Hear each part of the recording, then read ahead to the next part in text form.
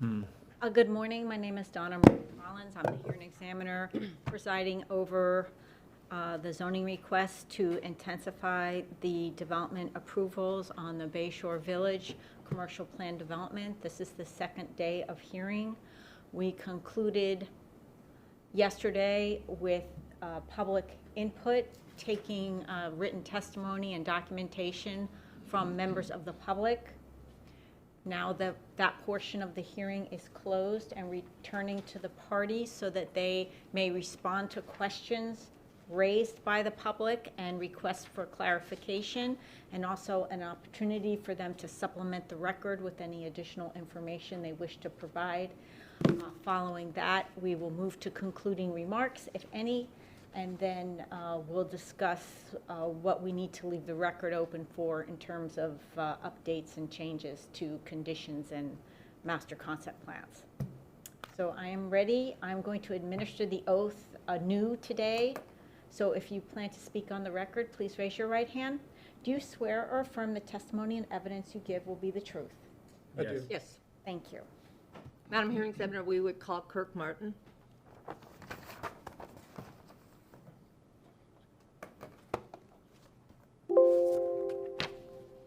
Good morning.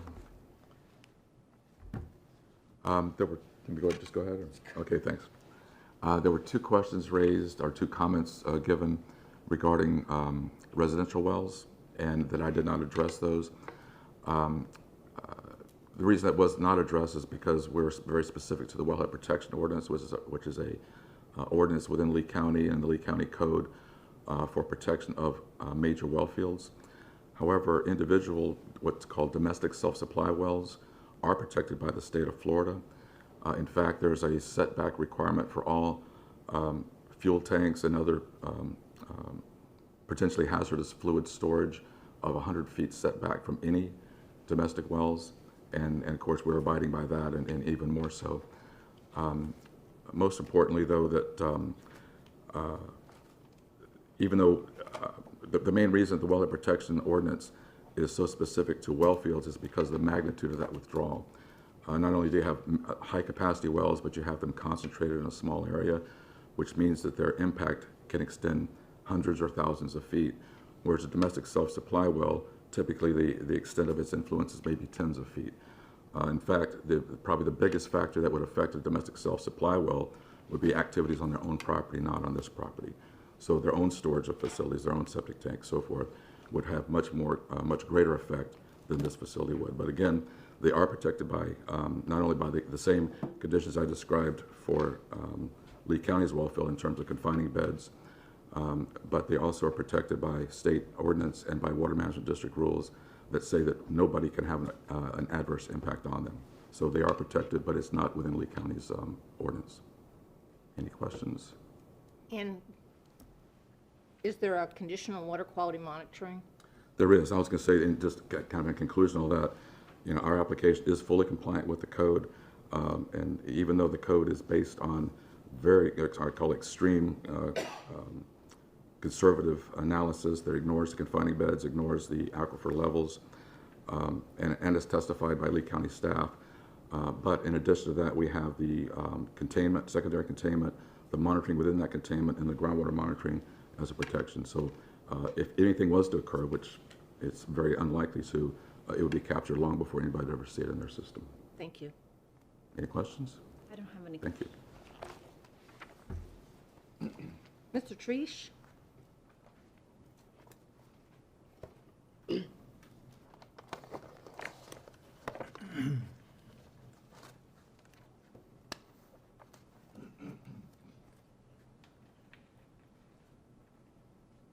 Good morning, Ted Shreesh with TR Transportation.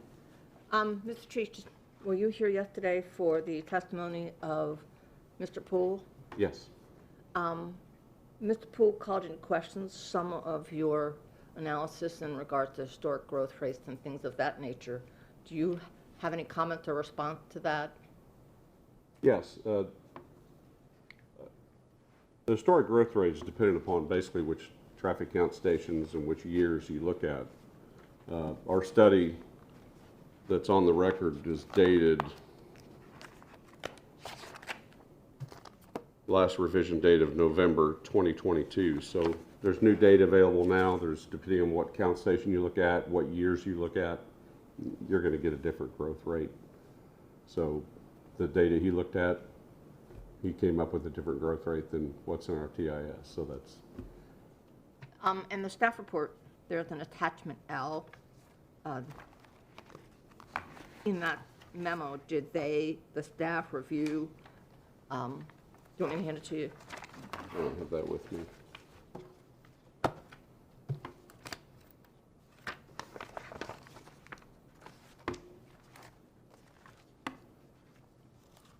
Yes, it's the staff review of the TIS from Rockpool.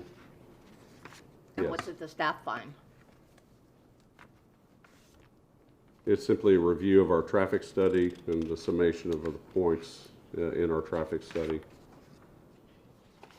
And basically, it just is the same data and summation of the points made in our TIS.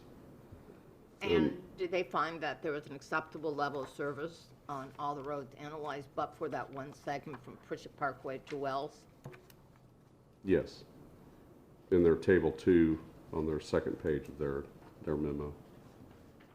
And in your opinion, is the state mindful of that problem, and that's part of why they want to kind of connect Wells and Pritchett together? Yes.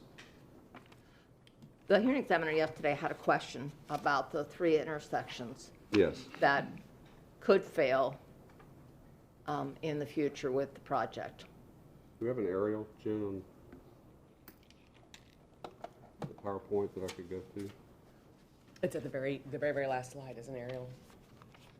Well, it's zoomed in aerial. That's fine. Does this work? Yeah, that's fine. Yeah, so part of our zoning, part of the administrative code requirements for this project and the zoning requirements for this side of property is we have to do intersection analysis. And that was done as part of a sufficiency response, and it's included in the staff memo as well. The 3 intersections that we analyzed were Pritchett Parkway, whoops, sorry. Where'd I go? Uh-oh. Pritchett Parkway and Bayshore, Wells and Bayshore, and then our right-in, right-out access. Well, actually, it was a full access because, again, we weren't having, but I assumed it was a right-in, right-out in our analysis based on our meetings with FDOT. Even with the 2-lane condition, FDOT said we were only going to be permitted a right-in, right-out access at that location. So those were the 3 intersections that we analyzed as part of this analysis. And so those 3 intersections currently are all under one of them doesn't exist yet, obviously, our site access drive. So the 2 existing intersections at Pritchett and Wells are under stop sign control as they approach Bayshore. So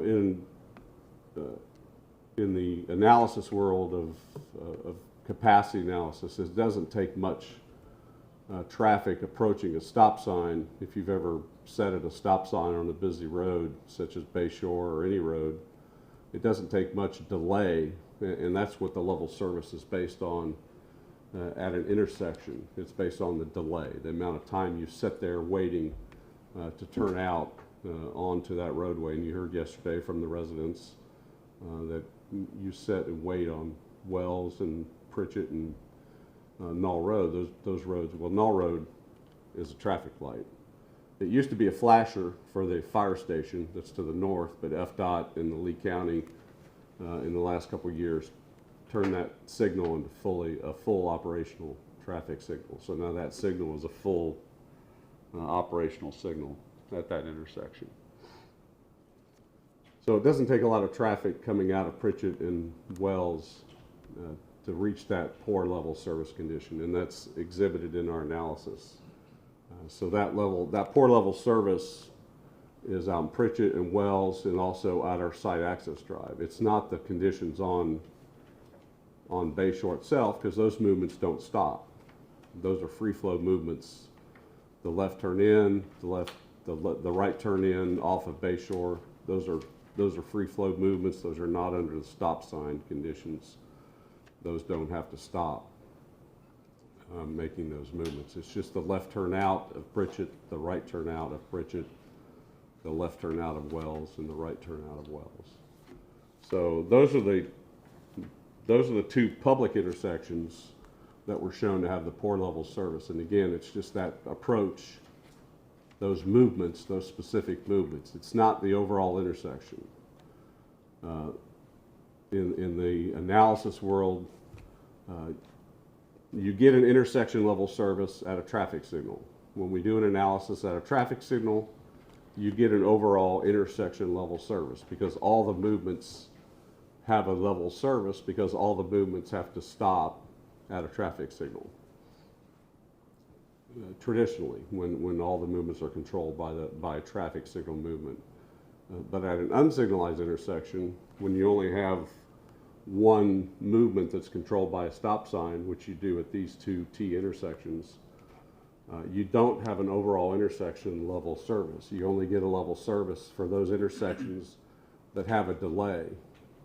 So there is a level service for the left turn movements off of the Bayshore, because they do have some delay because they're waiting to turn into Pritchett based on the movements off of the main line, but they don't have a stop sign. But the movements off of Pritchett and off of Wells do have a stop sign. So those are the movements that are shown to have a poor level of service, but there's no overall intersection level service. So the intersection itself is not failing. It's just simply some movements at that intersection that are failing. So the table is kind of mislabeled in terms of, in the staff report where it says future plus project. It's not the overall intersection that's failing, it's just some movements that are failing.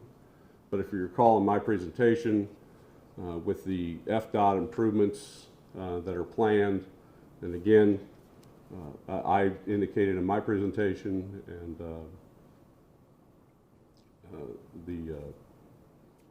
the residents traffic consultant also indicated those improvements are not yet funded. But in our discussions with FDOT, they are moving forward with getting that project funded in the near future, because of what's happening in the area and the development of Babcock Ranch, and specifically with what's going on with State Route 31 and getting those projects funded together. The Pritchett Parkway intersection is being relocated. And I've been working on that project for a long time. The development of Brightwater even has a condition in their zoning that changes have to happen at Pritchett and Bayshore. We've met with FDOT many times on that intersection at Pritchett and Bayshore, because Brightwater has a condition in their zoning that addresses that intersection. What is the condition? That at a certain level of development in Brightwater, changes have to happen at Pritchett and State Route 78. What changes? The left turns off of Bayshore have to be removed. The left turn in onto Pritchett. And so we met with Lee County and FDOT as part of the Brightwater project and said, to do that, if you remove the left turns, they have to come down to Wells and do a U-turn. There's no room to do that right now in the two-lane condition. So FDOT and Lee County said, we understand. So let's wait until the widening of Bayshore occurs, when there's room to do U-turns. And then during the PD&E process, that's when FDOT came up with a concept of relocating Pritchett over to Wells Road, as you saw in our concept yesterday. Where would the U-turn have to happen if they closed it too soon? At Wells. Oh, at Wells, okay. Yeah. But because you've only got a two-lane road at Bayshore and Wells, there's literally no room to do a U-turn. And as you're aware, Pritchett goes all the way up and serves a lot of large tract, agricultural uses, trucks with trailers, horse trailers. There's just simply no way operationally they could close off that left turn lane and left turn movement without accommodating U-turns at that location and doing a significant amount of improvements. So they've held off on that until the widening of Bayshore occurs. And now with the relocation, with FDOT's planned realignment of Pritchett over to Wells, that solves that issue. FDOT all along has said they want to relocate Pritchett away from the interchange. They do not like the influence of this intersection that's close to the interchange. And their traffic consultant yesterday was correct, but the signal at Wells is going to happen. I mean, it is part of the project that FDOT is going to be doing. Okay, can we bring up that you had an exhibit yesterday that showed two of the potential alignments of that? And I just have a quick question. Is that on this one or another one? It was like, it had an inset. Yeah. I think we have to load another. Okay, multiple jump drives. To attempt to not be confusing. Slide 74. It'd be helpful to me to be looking at that while you're talking about this. Should we start at 71? That's it, yeah.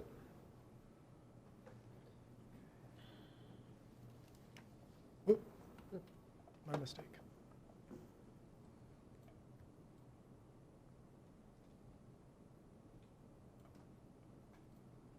There we go.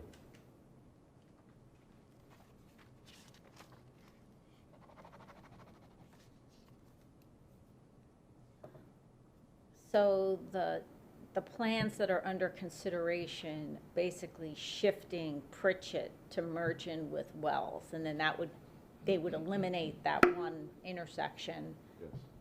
and bring all that traffic to Wells and place a signal there. Correct. From the jump, there's gonna be a signal there once they make the improvement? Yes. Okay, and that would allow for all turning movements. Correct. Both those options, the inset as well as both would allow all turning movements in and out of that relocated intersection. And what happens to that segment of Wells from Bayshore to where Wells is realigned? This, Yes. it's unclear. That was our question as well to FDOT. Again, that's a county maintained road, so it would be, that was one of our questions as well. We would have to address that with the county. Because here's my question.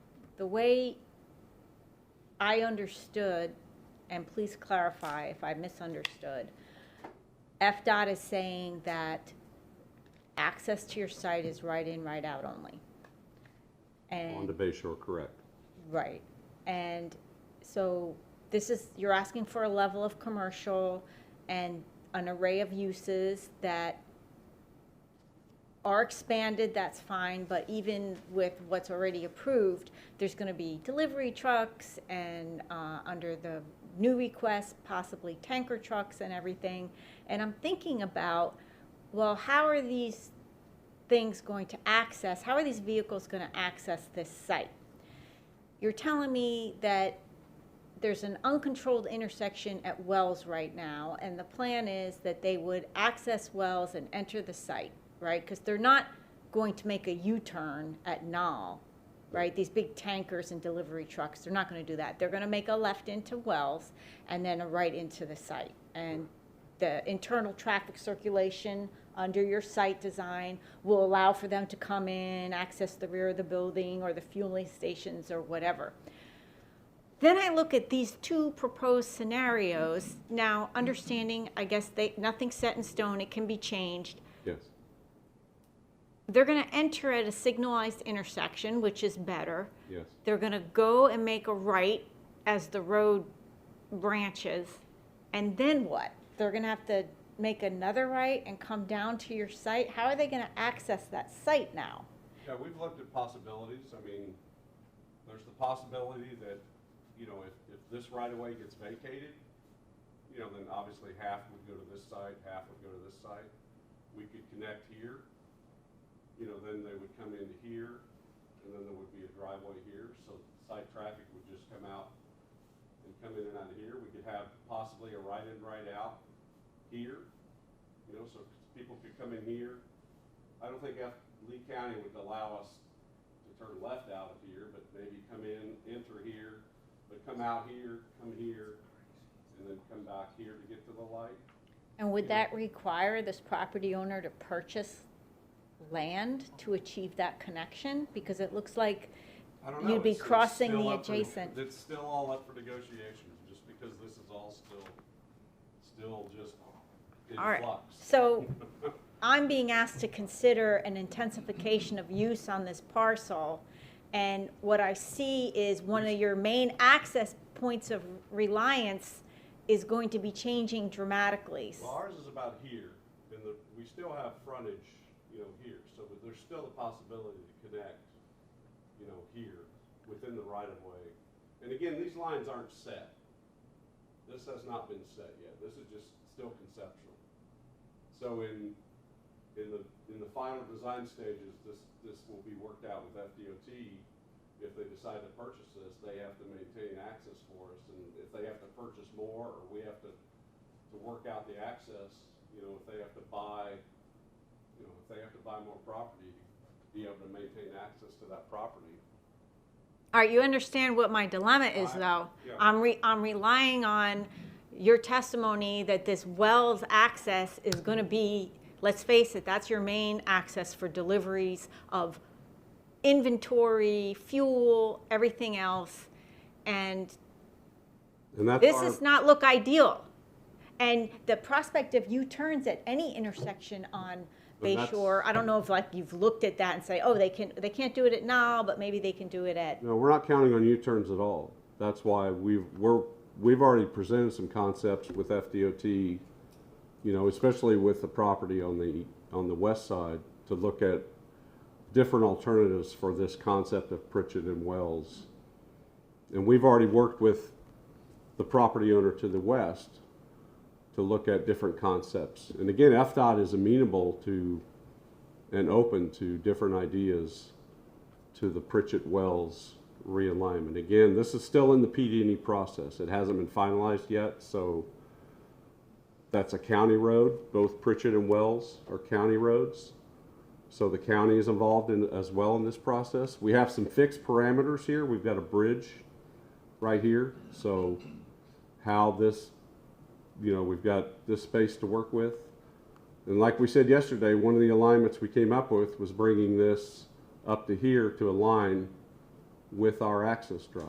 Why is it not a consideration just to extend it due east? That was one of the options we talked about.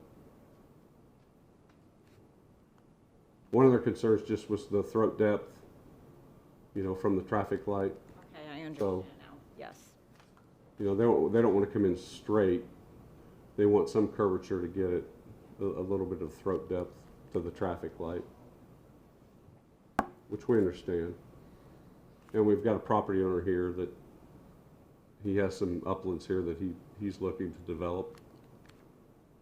He's got he's in the same land use category we are, so I believe that's ag zoning right now, but he's got potential development potential of that property as well, so. But again, we've looked at access alternatives. We've got, just the way this laid out, that yellow line is the right of way. We've got, our access is about right here, so we can get the access to Wells. It doesn't change significantly. It's a little bit longer travel path to get to the Pritchett intersection, but it's a signalized intersection to get out onto State Route 78. And now the two level service F movements are now under a signalized condition onto State Route 78. And the third one was, again, our site access drive, and that delay was simply the right out movement onto State Route 78. That delay is all contained on our property.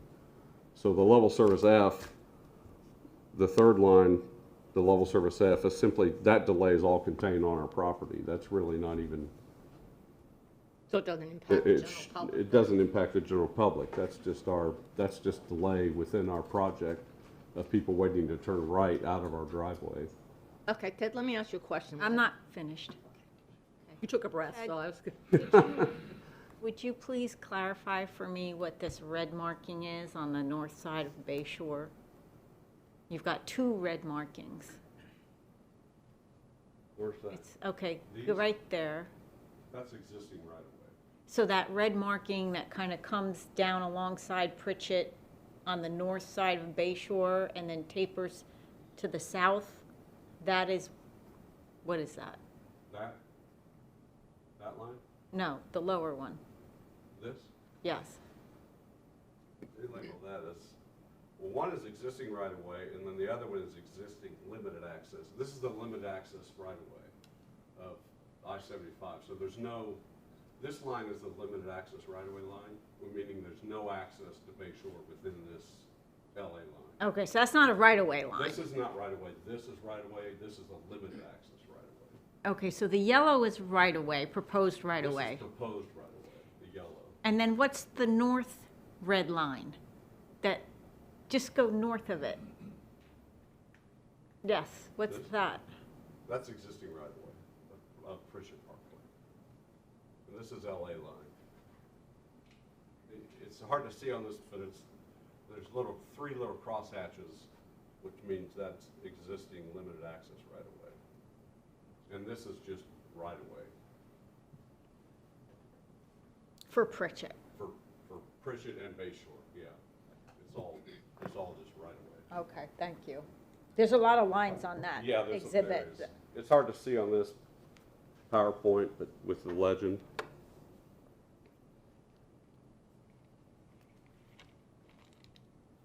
And this is all in flux, it can change.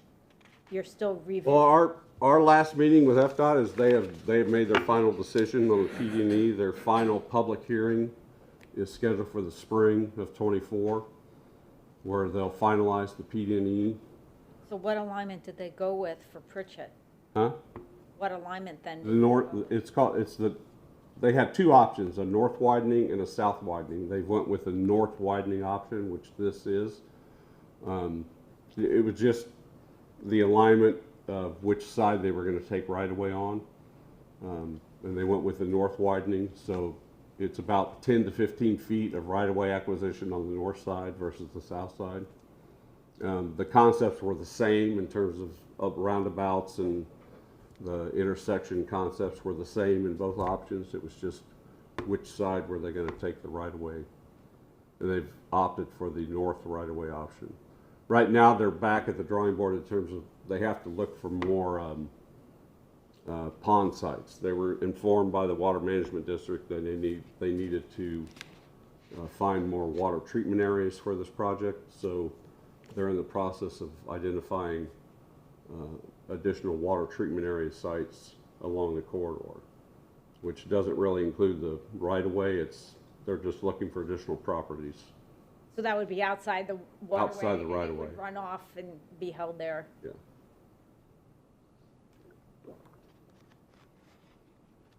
But that's all part of the PD&E, and they anticipate public hearing in the spring, and then right-of-way acquisition funding to be identified in the July work program, to be funded in late '24. Again, with a design-build project to be done in 2025 is our last discussion with them, and that was again just last month. So in 2025 is when they would commence construction? A design, it's called a design-build contract. So the design-build contracts, they hire the design firm first. It's usually about a 12 to 16 month design. The design company starts firm, and then they start construction as they're designing it. That's why it's called a design-build contract. So in 2025, they're gonna 2025, 2026. still secure the design-build contractor. So construction will occur after 2026? Yes. And your build-out is 2028? That's my analysis, yeah. How long is it going to take to construct the improvement? This improvement, probably 18 to 24 months, I would assume. This would be probably a 2-year project. Because the only bridge is, there's one bridge, whoops. I think there was one bridge in the project. There's a bridge, I think, right here. And they're not redoing the bridge with I-75. That's usually one of the biggest timeline projects. But this bridge is a new bridge. So what does that mean? Is it going over a creek? Is it, Yeah, this is a creek. That Potash Creek? That's Potash Creek. But the bridge over I-75 is staying in this project. okay, Neil, now you may speak. Okay, Okay. thank you. So, Mr. Trish, that you've been, as you indicated, working with FDOT. So it sounds like you're working with FDOT in regards to the subject property and in regards to Brightwater, and that Yes. whoever owns the property where the new Pritchett road Road. connection is to the Yes. north. Yes. So in those discussions, is FDOT mindful and aware of what's proposed for the subject property? Yes. And in your discussions and in your expert opinion, is it your belief and understanding that the traffic from the subject property will be accommodated in those improvements? Yes. In other words, the hearing examiner is concerned that how can I approve this? Because it may not work. But if I listen to you, what I think I hear you saying is you're working with FDOT and they know they need to make it work for all the property owners. Yes. Yes. We've given them everything. The Brightwater project, our analysis for the zoning, even potential development of the northwest quadrant of Pritchett, the property of Pritchett and this property here that's ag right now. The client on that property has potential uses that he's looking at as well. Okay, so we know next year's an election year. We know several elections ago that we embarked on shovel-ready projects that not all of them actually got started. So let me go back to a question that came up yesterday, and that is, I think Mark has testified to this as well, that I think it's 10-286, you'll have to do a traffic analysis on the actual trip generation at the time of DO. That's correct. And I think it's the next section after that, 10-287, that says if you have a problem, you've got to do a proposed traffic mitigation. That's correct. We have to do a traffic mitigation plan addressing the issues that arise during the development work process. So, and one of the young ladies that testified yesterday talked about the delay on wells, because it sounds like the trips that want to turn right get stuck behind the trips that want to go left. That's correct. The wells, as you're coming down south on Wells, as you get to the stop sign, there's only the one-lane approach. So if you want to turn left, you're waiting at the stop sign. If you want to turn right, you're sitting behind the person waiting to turn left. So one of the solutions might be for the project to add a right turn lane on Wells at the stop sign. So the person on the left could be sitting in a left turn lane, and the person turning right could utilize a right turn lane and not have to wait on the person turning left. So that would decrease the delay, improve the level of service and operational characteristics of the stop sign and of the intersection. And I think you indicated that there's another location, North River Road, where they did a temporary signal as a solution. That's correct. In fact, we were involved in that. We put a temporary signal, and the county put in a temporary signal at State Route 31 and North River Road, even though the signal's coming out here probably in the next few months as FDOT widens 31. So then, in your expert opinion, at the time of DO, when you provide that traffic mitigation, will you be able to address whatever the issues are? Yes, if our TIS shows the development would need a signal and warrant a signal at Wells with our project, we could petition FDOT and show that we need a signal and put in a signal at Wells, even if, you know, because a signal is coming in with this project, and we could put in a temporary signal, and then it would be replaced by the permanent signal with the widening, similar to what was done at 31 and North River Road. So in your expert opinion, regardless of what the option selected by you and the county is, you will be able to address or mitigate the issues? Yes. Okay, thank you.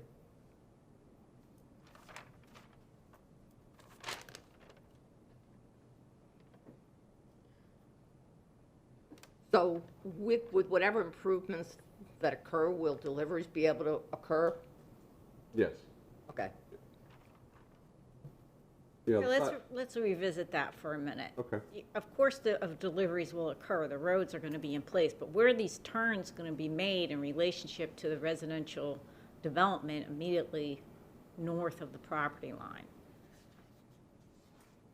I mean, Immediately there's been north. a lot of talk about how the access has been shifted to the south, away from the adjacent residential land uses, right? So I see that as an improvement over the originally proposed site plan.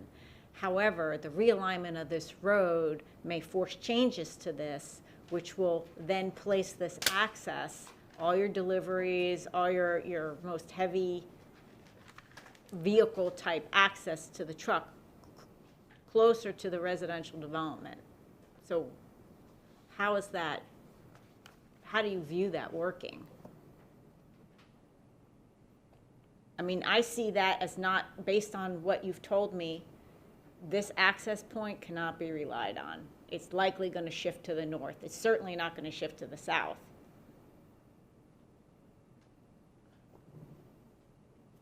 I don't think so. I don't think it'll shift up here. I think it'll stay here. Where it will connect to here will be, we can't shift it to the north without coming back to you and modifying the master concept plan. Is that safe to say? How it connects to here, we have to work out with Lee County and FDOT as part of this project if this happens. Okay. Because they're changing Wells Road with this project. And we're gonna say, okay, if you're gonna do that, you've gotta give us access. You mean when it happens? When it happens, you've gotta give us access to this and how that happens over here to connect. We're not gonna move this up here. And you don't have to come back to me to move that, by the way. Usually that's No. something that just happens development order stage unless I put something as a We condition. could include the condition. Yeah. Would that be fine with us? I'm not saying I'm considering it.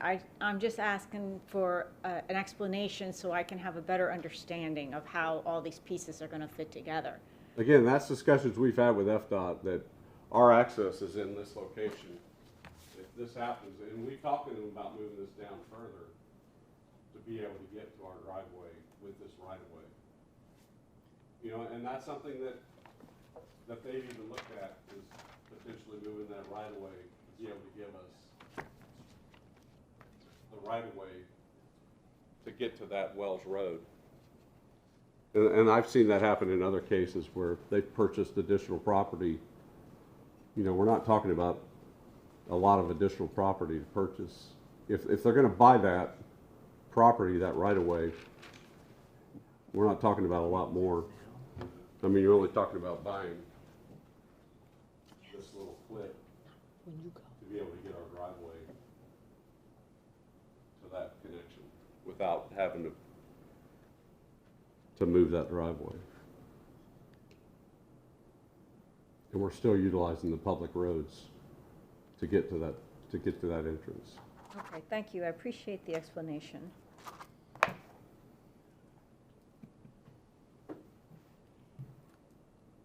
Anything else? All right, thank you. Our next witness, Jen Sathan. Oh, yeah, the new one.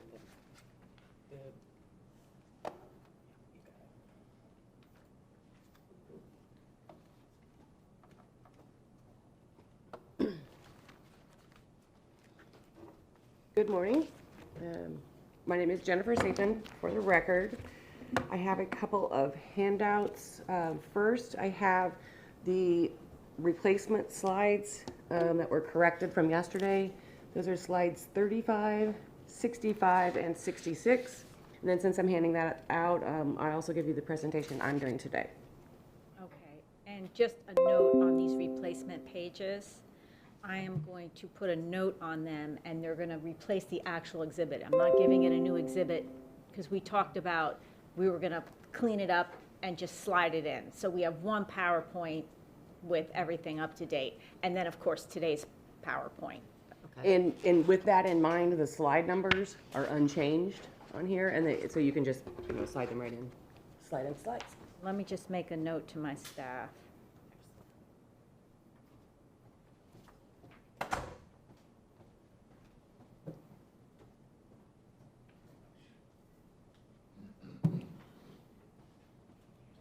Thank you.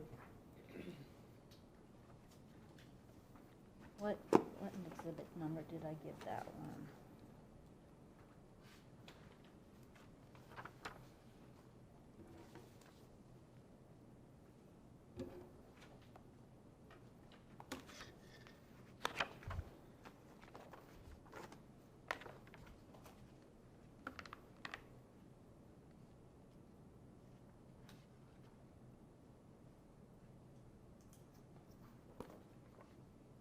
And then this will be applicant exhibit 3, which is day 2 PowerPoint.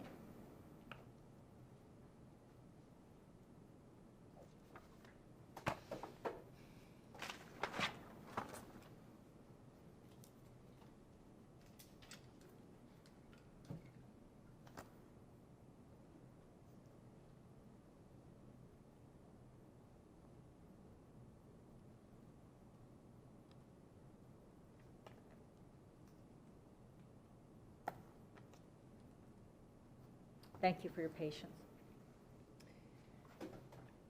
So I want to start with the two questions that Madam Hearing Examiner mentioned at the end of the day yesterday. The first was regarding hotel height and hotel land use conversions, which also ties to the conversations that happened yesterday about the 10% density increase. So hotel height, it is shown here in condition 11E. To simplify it, hotel height is a maximum height of 48 feet, accessory 35 feet. And then the setbacks are based on height. So the hotel would be restricted to only the 300 southern feet, so that similar restriction as other uses if it is over 35 feet in height. However, if it is shorter, it can be a little bit closer to the north property boundary. So if it is under 35 feet in height, it has a setback of 150 feet from the north property line. And then further, condition 9 says that all buildings over 2 stories have a setback of 150 feet from the north property line. So there's kind of two conditions that ensure that the hotel will be a minimum of 150 feet from the north property line in all instances. Some of this language here, we were revising this in the process. So I did talk with staff before this hearing began. And what we would suggest is the red sentence where it starts buildings exceeding, that sentence just simply say buildings must be set back, and then get rid of exceeding 35 feet in height, and just say buildings must be set back a minimum of 50 feet from wells and Bayshore. So that cleans that up, just saying that all hotels are 50 feet from the roads. And then in the, near the end, before condition 9, and then strike through the end of that sentence where it starts, and the Wells Road right-of-way, and 50 feet from the Bayshore right-of-way. So we just have one sentence then saying it's 35 feet. Just kind of a cleanup. So we'll leave the record open for a cleaned up version of conditions. Yeah, and that's what we discussed with staff. And staff is in agreement with this revision? I want to lean yes, I just haven't looked at it holistically. Okay. Yeah, I did, at the last minute, just give it to him this morning, or discuss it this morning. I didn't give him a hard copy of it. Condition 9, this is the condition at the bottom here where you see in red that all buildings exceeding 2 stories must be set back 150 feet, so you have that assurances there. And also that any additional height would require a public hearing. Condition A here, the Land Development Code allows some heights to be increased administratively. This would prohibit that and require a public hearing should the height be increased. Increased above what, 48? Correct. The Land Development Code allows in 34-2174, if you increase setbacks, you may potentially be able to increase height administratively. This would prohibit. Capping height at 48 unless there's another public hearing. That's correct. And the current height is 24, 25? What's the current height? And the approved, 25 feet, 1 building story. Okay, thank you. the surrounding area, however, it does have a building height of 35 feet, which is pretty standard in the county for agricultural. So looking, we wanted to look at the hotel conversion condition, 11A. Previous versions of our application included a density matrix, which included that 10% increase, potential increase in intensity. That conversion matrix has been deleted from the application and is now replaced with this condition and one that will follow. So a hotel conversion is one hotel room equals 120 square foot of commercial. And what is that based on? I believe it's based on ITE, which this next condition, condition 12, references the ITE. Okay, so let's stick with this. I just want a clarification on that. So for every extra unit over 44, Correct. you're going to subtract 120, 20. correct. And then what is it capped at? 125 hotel rooms.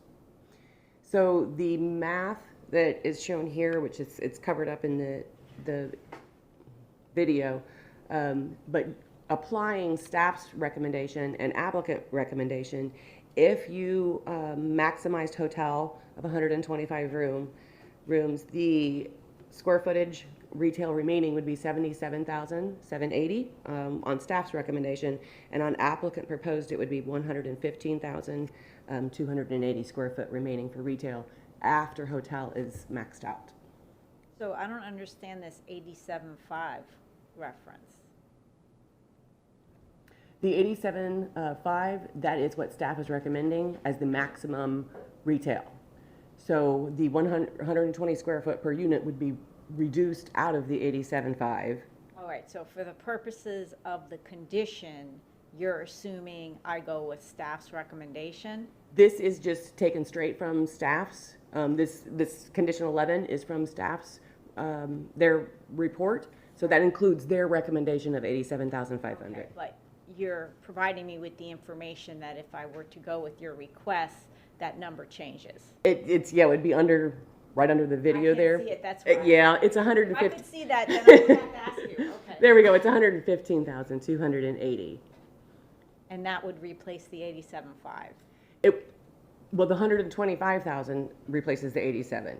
These two calculations on the right show if you used all of the hotel rooms. Okay, so in theory, you could have a 100, as proposed, Yes. a 125 unit hotel and 115,280 feet of commercial use. That's correct. Okay.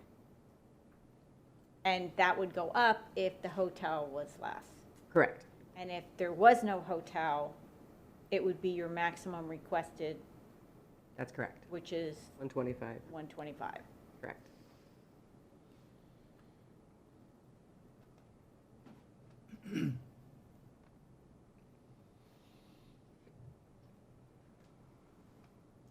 It's still not as clear as I'd like it to be, but I understand.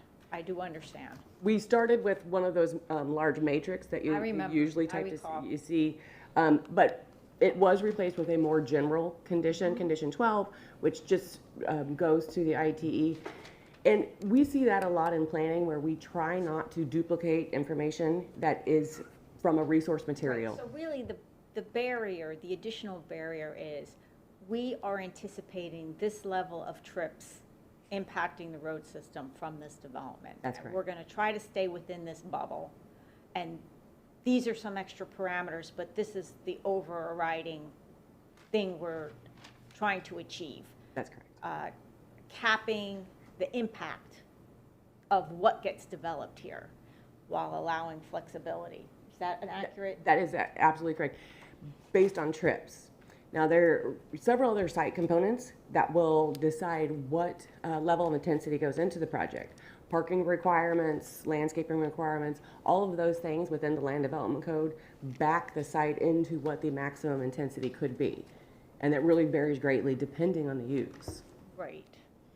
Uses that have low parking generators can have very high square footage on an acreage, whereas a high parking generator and drive-throughs, those really, you yield much less square footage because they're a single-story structure and they require a lot of parking. A two-story structure with a lower parking generator can really provide quite a bit of square footage on a site. So it's that flexibility that opens up several options of how the site might be developed, depending on which use. Right, so is it only the hotel use that can go to 48? Correct. All other uses are capped at 35? That's correct. And that's a two-story building? It could be a two-story building? Two-story, correct. And that taller hotel must be within the southern 300 feet, and as noted here. Now, that's important to note, too, because the fast food and the gas stations, those were allowed up to 400, and that was just to give a little more room because of the well field protection. The hotel is further restricted a little bit closer to the southern boundary than the other uses were restricted. So it must be located within, 300 feet of the southern boundary. and how many feet is the property from top to bottom? I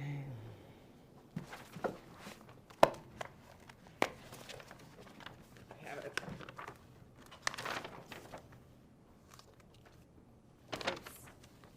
571 feet.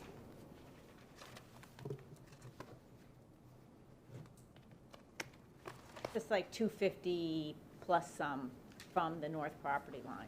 Yeah, right around the middle. And that's for the building. And of course, landscaping and parking would be around it.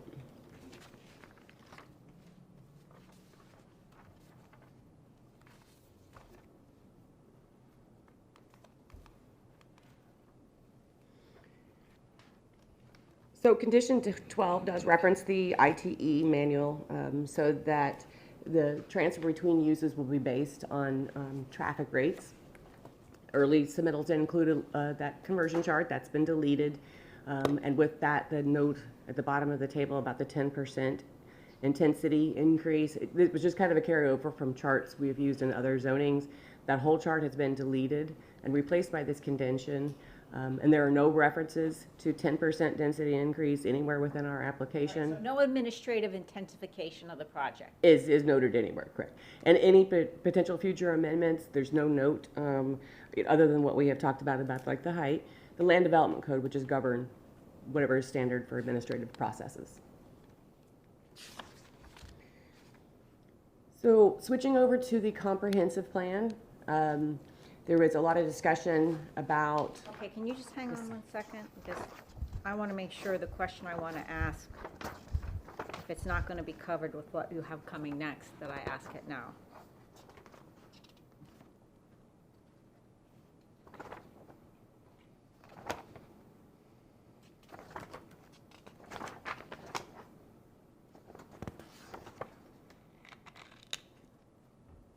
Okay, I can ask it later, I see.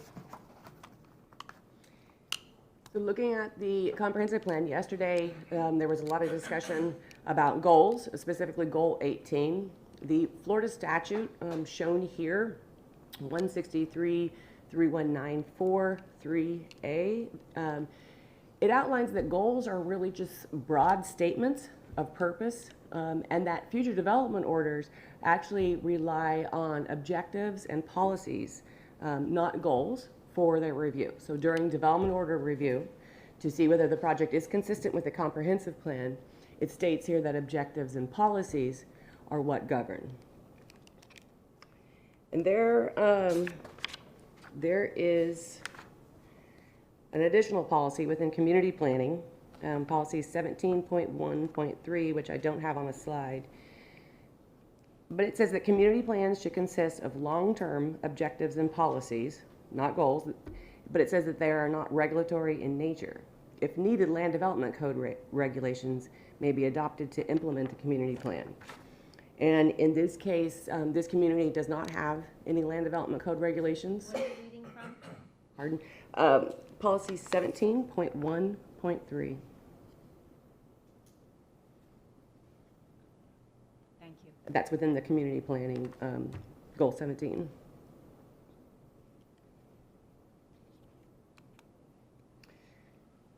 However, while the goal is not criteria for development order review, just looking at this broad statement and the language within it, they note minimal commercial activities. This is not the same as minimal commercial intensity on any given site. So the commercial use is shown on the map here. This was the map provided by county staff. The blue line is the Bayshore community. So some of the commercial shown here is on the outside of the community. The commercial uses or activities are restricted, minimized to two large locations, the largest being along the interchange, and then of course the Civic Center, and then there are a couple other locations on Bayshore and 31. But by far, this is the largest area in this general interchange within the community plan that was expecting commercial activities. So it is my opinion that this policy, or this goal, this general guideline is to minimize how many commercial sites are within the Bayshore community, not to reduce commercial intensity within any singular development. Why do you think they use the word activities versus locations or sites? Well, I would say, looking at the map, Civic Center, that is potentially looked at maybe more as a commercial activity. One of the largest ones isn't what you would think of as a commercial site.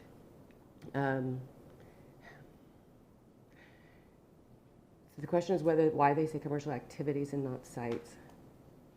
Sites or locations, Right. nodes, something that would be consistent with your interpretation that it's intended to reference the number. Is there maybe a policy that reinforces that interpretation? I don't have anything other than just my my view on what the language says. And That's fine, I respect your opinion, I just, Right.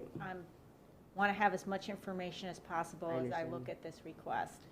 well, and it's also in counter to the Boggs planning report that was turned in, and some of the testimony yesterday that indicated that this minimal commercial activities was equivalent to minimal commercial intensity. And it is my opinion that if they intended commercial intensity, they would have said commercial intensity. That activities is not equivalent of intensity.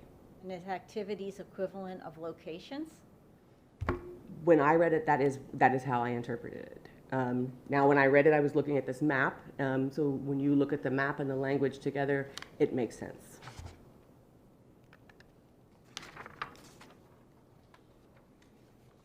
Oh, and also this map, where the commercial yellow is shown, this is from the 1989 future land use map. So when they developed this community plan, of course, they were expecting that area to be commercial. What is that little area to the south?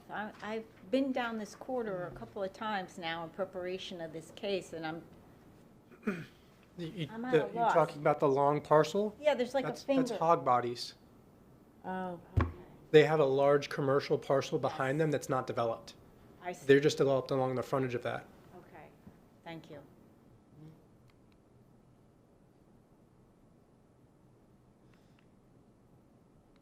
So looking at community protection, which is a general goal there for 18. So commercial intensity will be needed in this area. The additional rooftops on Bayshore community, like on Bayshore Road and east of that on State Road 31, the improvements that are being made to Bayshore Road, the evidence given by Nelson Taylor report. I submit that to protect the community with these demands that are coming from all of the rooftops, from and everything was outlined in Nelson's report, that there is a high demand here. Unrealizing intensity in a location where it has been prescribed to be here since 1989, not allowing maximum intensity in this site opens up the potential for development pressures on other areas within Bayshore community. And if you look along Bayshore Road right now, rural is on the north side, sub-outlying suburban is on the south side. So you wouldn't expect commercial activities to go there. I mean, other than what we just mentioned, hog bodies. But if the proper amount of commercial doesn't provide the services that these residents need, that pressure might be felt in other areas which are even less inappropriate or are inappropriate. And the term development pressures actually was mentioned in the Boggs planning report. And one example of a development pressure was the recently approved Bayshore Ranch. As we mentioned yesterday, it allows more density than the rural future land use allows. But due to its location on an arterial road and within an urban service area for utilities, a text amendment was made. So there was a creative amendment to the plan which allowed development to occur that is higher than rural. So there have been instances already along Bayshore where development pressures have occurred to exceed, and creative planning has occurred.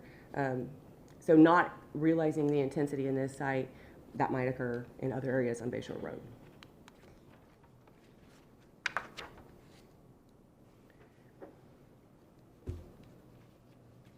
So policy 18.1.1, the first sentence in it says that retail uses will be limited to the interstate interchange designation at Bayshore and I-75.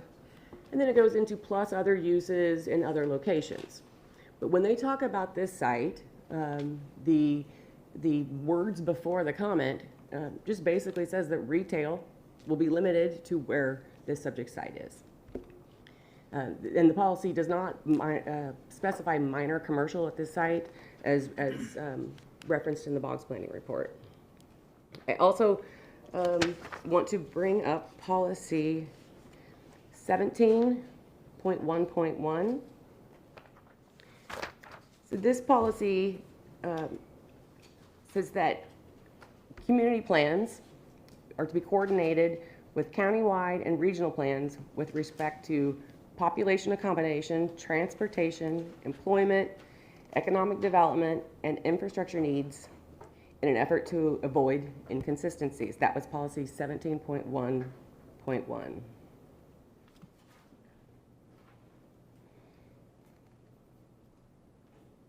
So this policy would have the community plans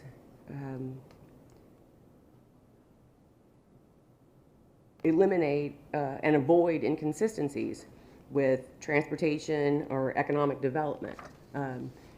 The community plan in this instance, we were showing Bayshore Road and the improvements to that road with rural on either side.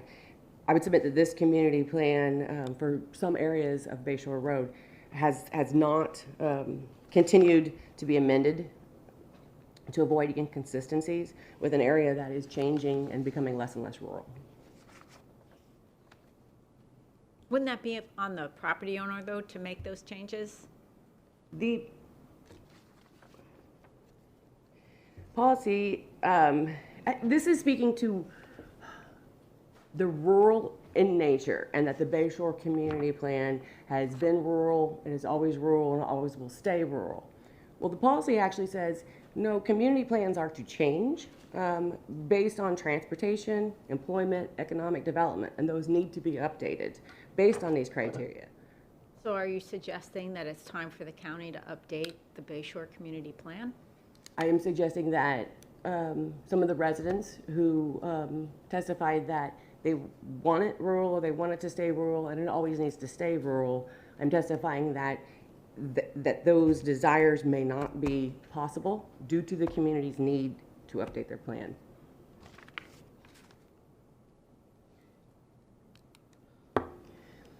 I added all of the policies here, policies and objectives within 18, just to show that the remaining are not related to FAR. They do not have any type of intensity guidelines.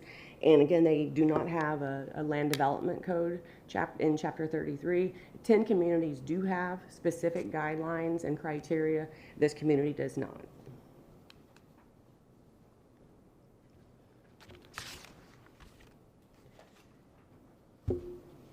So next I want to respond to the Boggs Planning Report, specifically page 4 of 11. This goes into some discussion about low-intensity commercial uses, and it places an emphasis on tourism, commercial tourism. I wanted to point out that in this policy, commercial tourism is listed as just one potential use without or mention of any other tourism. So it is just one of the uses. There's no specific emphasis on tourism. It is just one of the uses. And one of the uses includes light industrial. So this allows for a broad range of uses as the policy specifies. Switching over to land development. Yes. What do you make of the Bayshore Communities Plan that was adopted subsequent to this property's designation as general interchange? What do you make of the Bayshore Communities Plan's choice not to exempt the interchange from the scope of the plan and its directives? I would say without the interchange, the community really would lack some of the diversity, even in a rural area, that you would expect. You would expect to have some commercial services in any community. And I know a lot of the residents spoke of Lawhons and how they go there for all of their needs. But I do believe they're closed on Sunday. The Civic Center, while it's a large land area, it doesn't provide daily commercial needs. So I think that this site and this location is important for the community to be able to have services. We heard a lot of the residents say, we don't mind driving. And then the next resident would say, well, there's a lot of traffic congestion. Well, those two things go hand in hand. If you have to drive further away to get to your goods and services, more and more traffic is created. Well, I understand that, but the community plan describes the character of commercial uses that is anticipated. And the type of commercial uses that are anticipated in the community, there's a disconnect with the types of commercial services we understand would be appropriate in an interchange area. So given that it wasn't exempted from the plan, I don't think there's any dispute as to whether commercial is appropriate on this property. Clearly it is. I think the question is about the character of the commercial that's on this, and I want you to help me understand how you resolve this. Well, It is very difficult because traveling public is not the same as some of the testimony we heard of people riding on horseback to Lawhons. Those are, interstate traffic is very different than that community. We see this in communities though where we have fringe areas of the community, the Buckingham community where it's more rural in the center, and as it goes to the edges, becomes more intense. It won't become more intense in this case on the east side because it is even more rural over there. But on the west side, and I would also submit that the interchange was the very first comprehensive plan, the very first land use map. The county-wide realized the importance of these interchanges. So that is what we have to do then, is balance the needs of the county, the safety needs of people being able to evacuate during a hurricane, looking at that 17-mile stretch where there are no gas stations. It is a balance between those needs. I think it is very beneficial that the site is just a very short distance and off of I-75. It is not deep into the community. It's right next to a very similar use today. Lawhons has a gas station with a lot of the components that are not as aesthetically appealing that would be expected in any kind of a future development. So I think that the residents have become accustomed to a similar use in the area. Some of the zonings in the area already allow similar uses. So I don't think that it is inappropriate for an interchange, different type of use on the edge of this community. I think this edge of the community is different than the center and the core of the community. Okay, thank you for that explanation.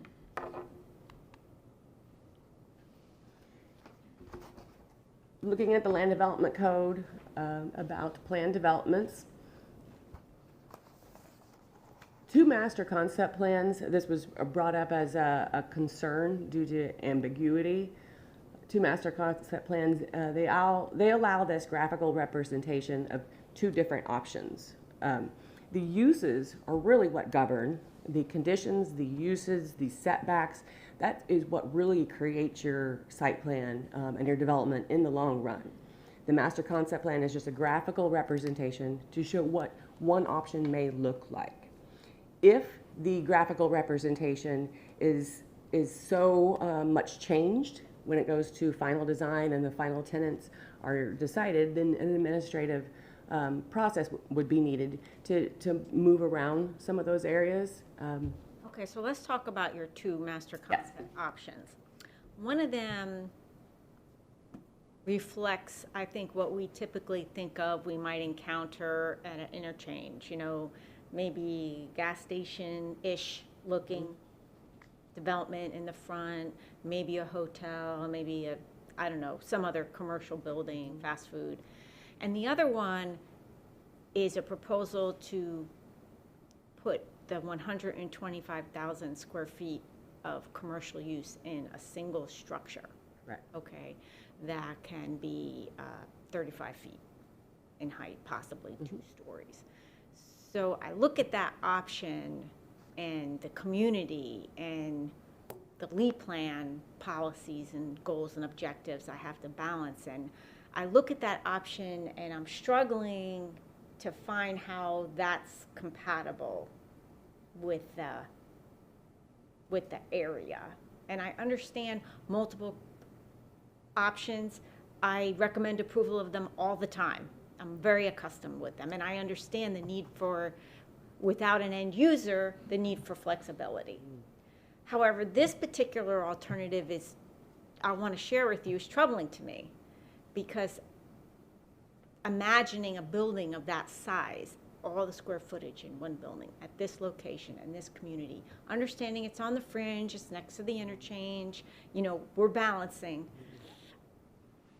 This is a struggle for me. So I need your help to illuminate me on what the rationale was on that in terms of how that would be made compatible with the community, or how it is compatible with the community from your perspective. And so you're speaking of the single-use tenant with the larger building. Exactly. So that particular outline that you see in that master concept, and I'm not saying that the developer is committing or even is in talks with this, but I had to come up with some kind of graphical representation that is actually a rural king, an outline for a rural king there. I'm sorry, say it A again? rural king, so it's a Walmart one with, of it's a Anita Walmart with baby chickens Wait, one inside. person at a time, please. It's a Walmart, a small Walmart with, like, small, with baby chickens inside is how it was described to me. So it's kind of, you can go pick up some groceries there, but you can also get maybe feed for your horse there. So it's a grocer type retailer. But, and again, I'm not saying that is, but that is one potential user and an example of a single, yeah, there we are, of a single, single user, well, those are some old ones. So this is like a serving the traveling public kind of use? Well, this is a retail use, which this interchange allows a broad range of retail uses, but that would also serve the neighboring residents and the community. And this would potentially be in a single 125 square foot. Yeah, there you go. So it's the materials that they sell, they cater to a rural environment. Now, this wouldn't get to the 125,000 square feet on itself. And when you look at that site, you can see there's quite a bit of parking all the way around it. And again, that gets back to be able to achieve that 125,000 square foot, the use needs to be a low parking generator, and it will need to be a two-story building. All other types of development would expect to be lower than the 125,000 square foot. But that is very common in zonings. Like when we were looking at Brightwater, the zoning for that's approved for 1,500, but the development order has 1,275. All right, but let's go back to what the proposal is. The alternative is 125,000 square feet in a single building. That's the alternative. I'm assuming that that's including the parking, because otherwise you would have proposed a smaller square footage, right, if it's all in one building. So what kind of use would be in a 125 square foot building that could also accommodate all the parking on the site? The 125,000 square foot may or may not be within one building. That density or that intensity limitation is for either master concept plan.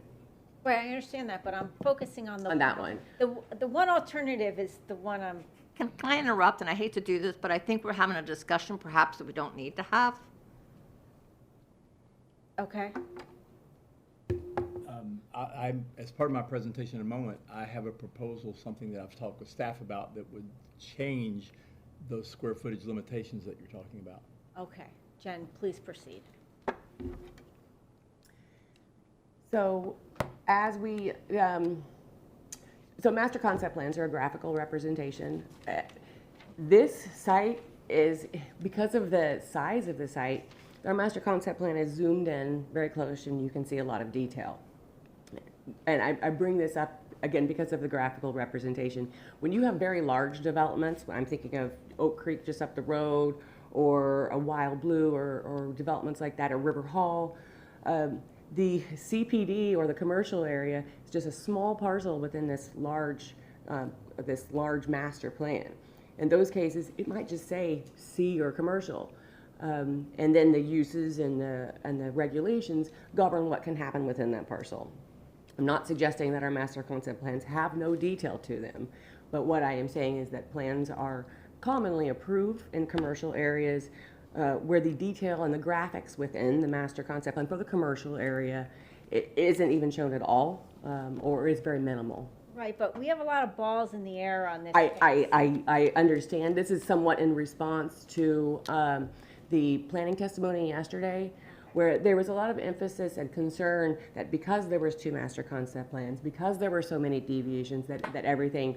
I'm very familiar with the whole deviations and why they're needed and how they enhance the project, and they have to be shown that they don't be a detriment to the public. That's not, don't feel like you have to spend a lot of time on that, all right?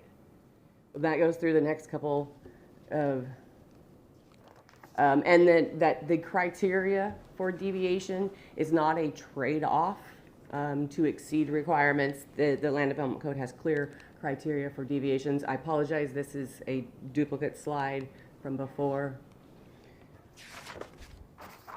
Just then into some general notes. Food trucks would require administrative approval through condition 13. Those were mentioned yesterday. So a administrative review would be needed on that, and I believe staff has a little bit more to add about the use of food trucks. The buffer on the north side, I wanted to point out that the master concept plan does have a note that should additional plantings be needed once exotic materials are removed from that indigenous vegetation, that additional plantings would be installed, creating a continuous visual screen as required by 10416.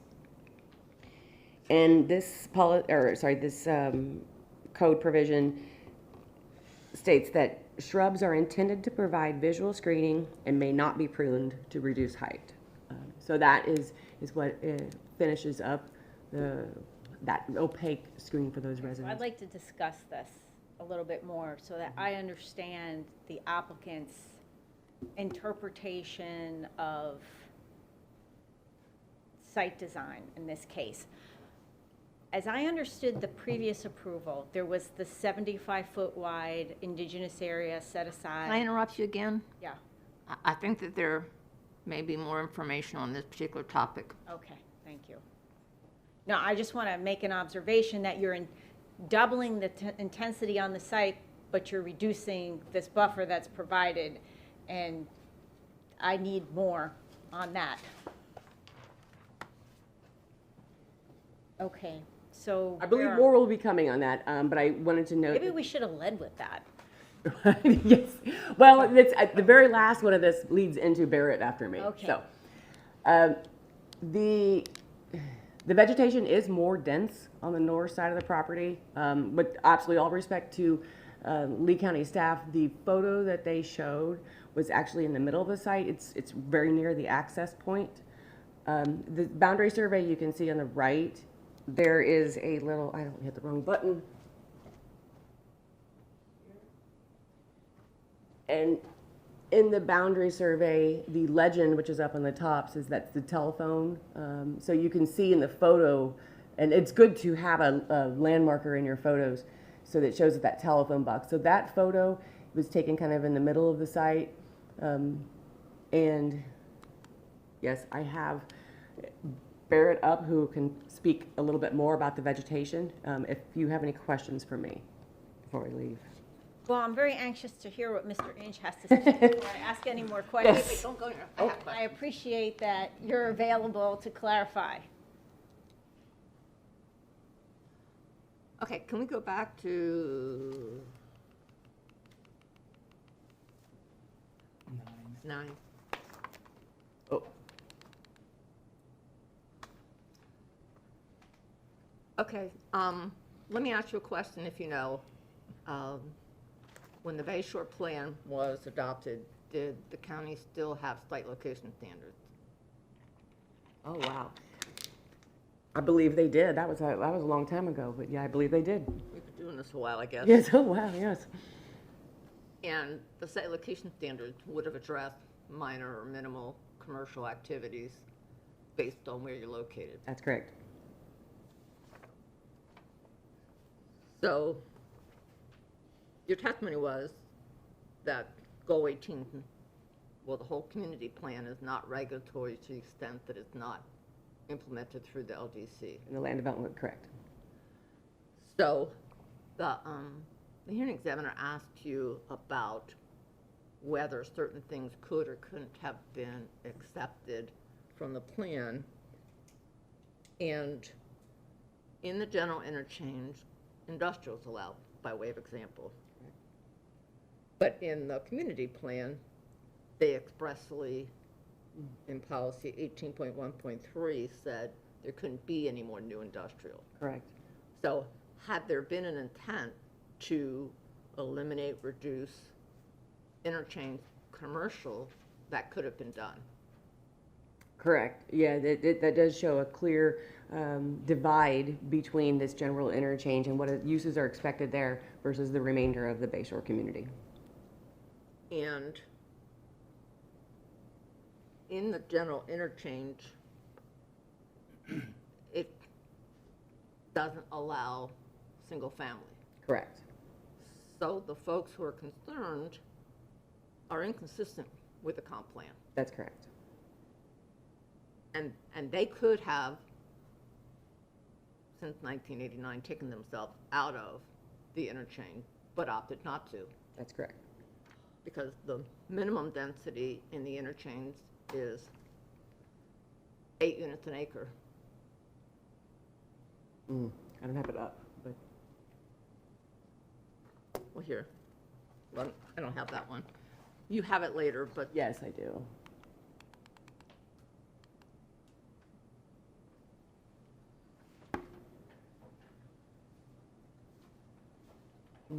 That's probably on it's the, defined in the general interchange policy.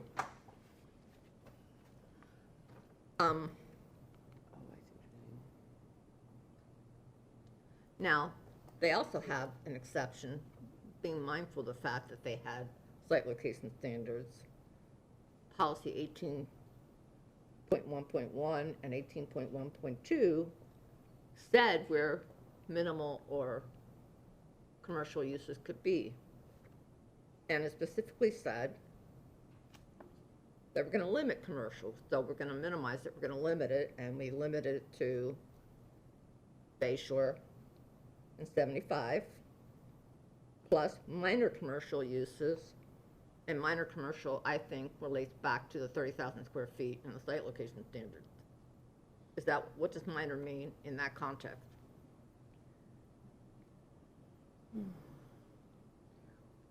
well, it says minor commercial uses. It doesn't say minor commercial intensity. But the word minor is usually related to 30,000 square foot. But the important point here is that it differentiates that the subject site is one thing on the interchange, and then other areas are the minor commercial at intersections of Knoll and the other ones listed here. So whether it's minor commercial, the 30,000 square feet that used to be there, or whether it's minor meaning limited. Types of uses, yes. It limited at those locations, but not at the interchange. That's correct. And then they completely accepted properties from the site location or anything else in policy 18.1.2 and said, all these properties are deemed consistent, Yeah, specific properties, that's correct. which includes CG, general commercial zoning, on one of those parcels. Oh, Yeah, they really dialed it down. Yeah. Personally. Exactly, right there, hundredths of an acre. And in your opinion, is CG minimal, minor, rural in character? CG has very intense uses, and the existing CG zoning district where Lawhans is, and then the pending potential CG zoning directly to the east of our property. And as we looked at yesterday, the Bayshore right-of-way taking has not occurred yet on the Lawhans property. So the future of that is a little unknown, but as conventionally zoned CG today, they could develop with those uses. And you did talk about, you mentioned 17.1.1, which essentially, I think,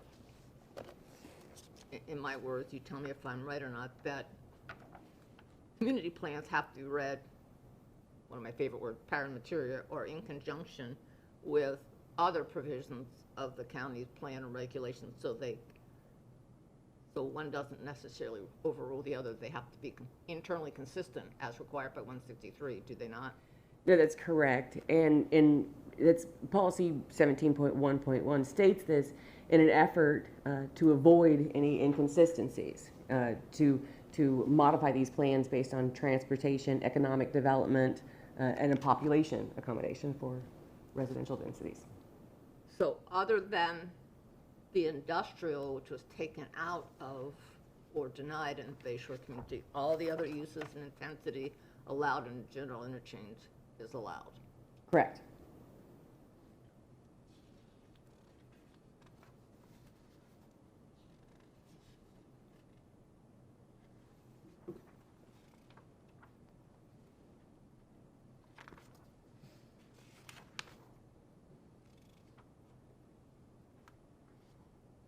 And yesterday, can you go to objective 18.2? Do you have that one?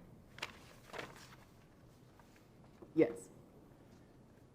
There was a discussion about that from Planner Swift and the traffic consultant and others, that somehow that objective limits the road improvements that can be made. And if you look at policy 18.2.1, it says any expansion of state arterial roadways should be physically separated. So it seems to acknowledge that the state's going to make improvements. But does that objective have, in your planning opinion, have any impact whatsoever on road improvements considered by the state? It seemed to me to just say it's considered by the county.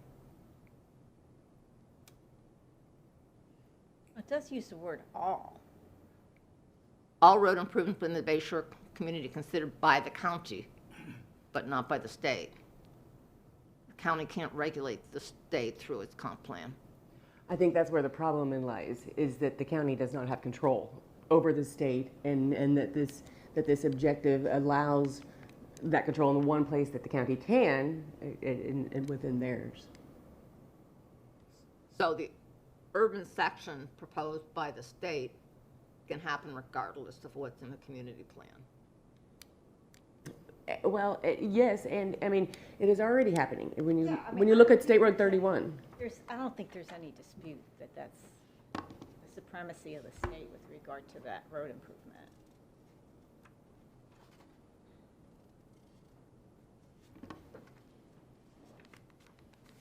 Okay, I don't have any other questions. And Barrett is up now to describe a little bit of his, Why don't we hold on that? oh, nope, Ron has breaking news.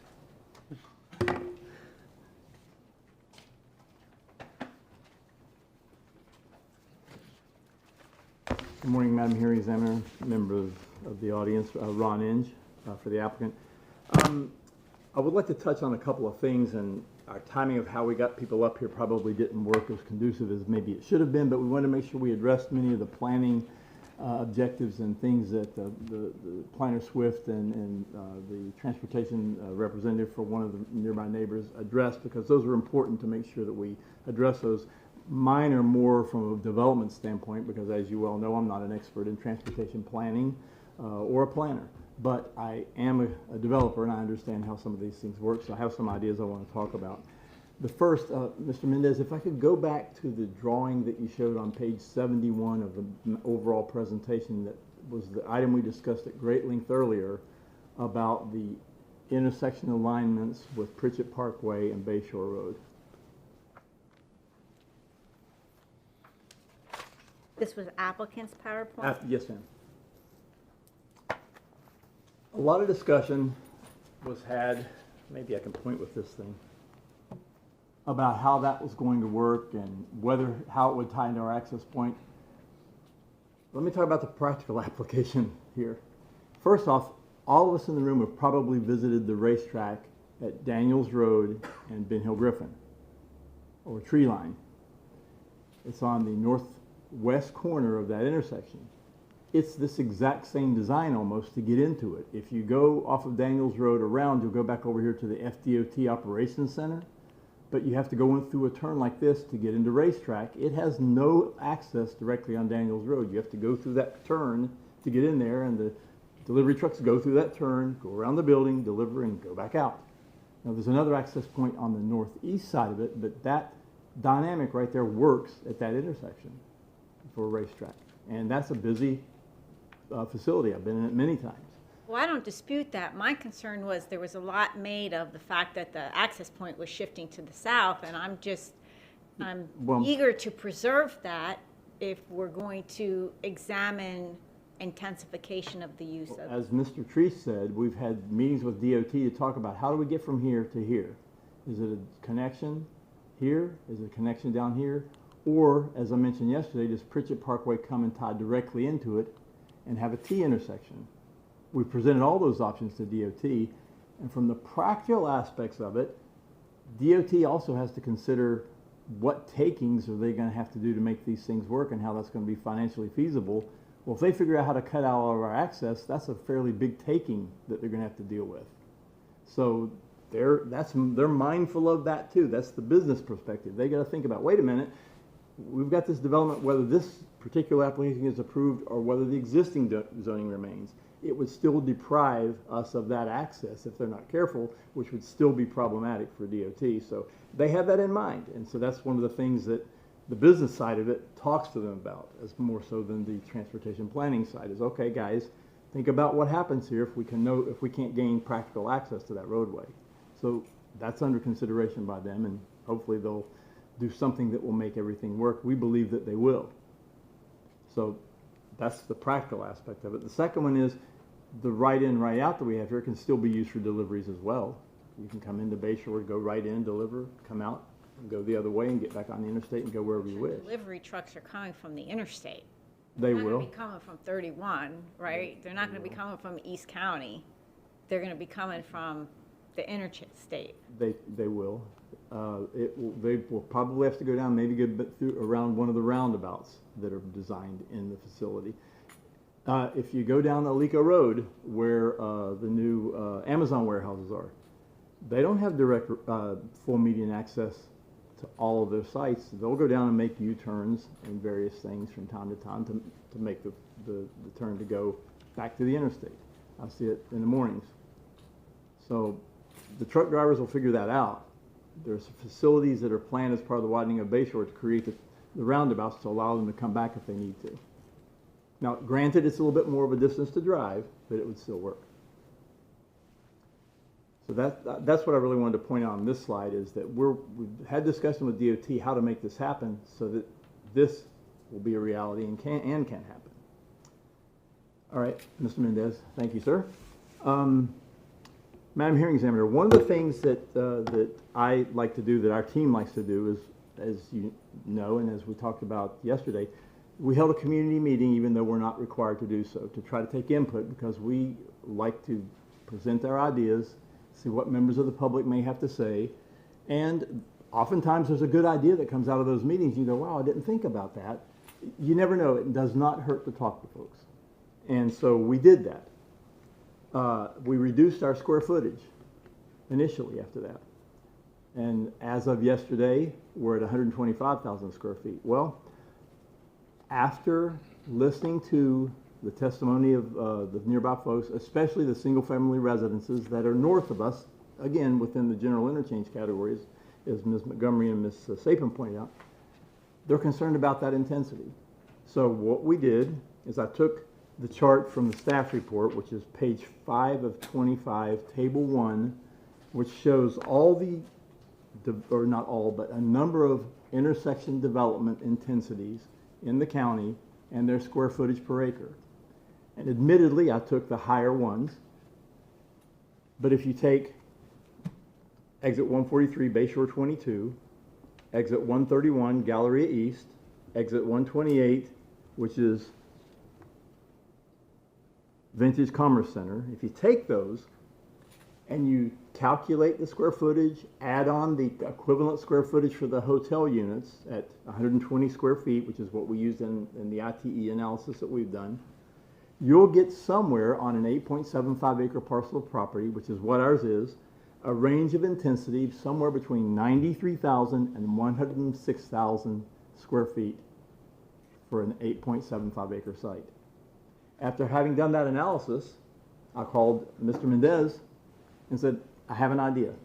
I know that the intensity is of concern. Now, let me step back for a second. There are some uses that you can make work on there at 125,000 square feet, depending on the parking needs and depending on the site design. But those are fairly low traffic generators and such. We don't have as much parking.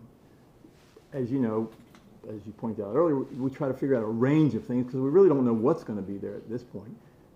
However, having said that, I mentioned to Mr. Mendez, there are two things that I'd like to talk about and I'd like for you to consider. One is the applicant is willing to reduce the request for square footage from 125,000 square feet to 100,000 square feet. So we're willing to do that. In addition, we're willing to consider installation of the wall per condition 8, which several residents talked about, as long as we have the flexibility to have some type of composite material to do the same thing as a masonry wall would, because masonry walls are a little bit more difficult to maintain than is some of the wear deck, the bridge deck material that you can get now.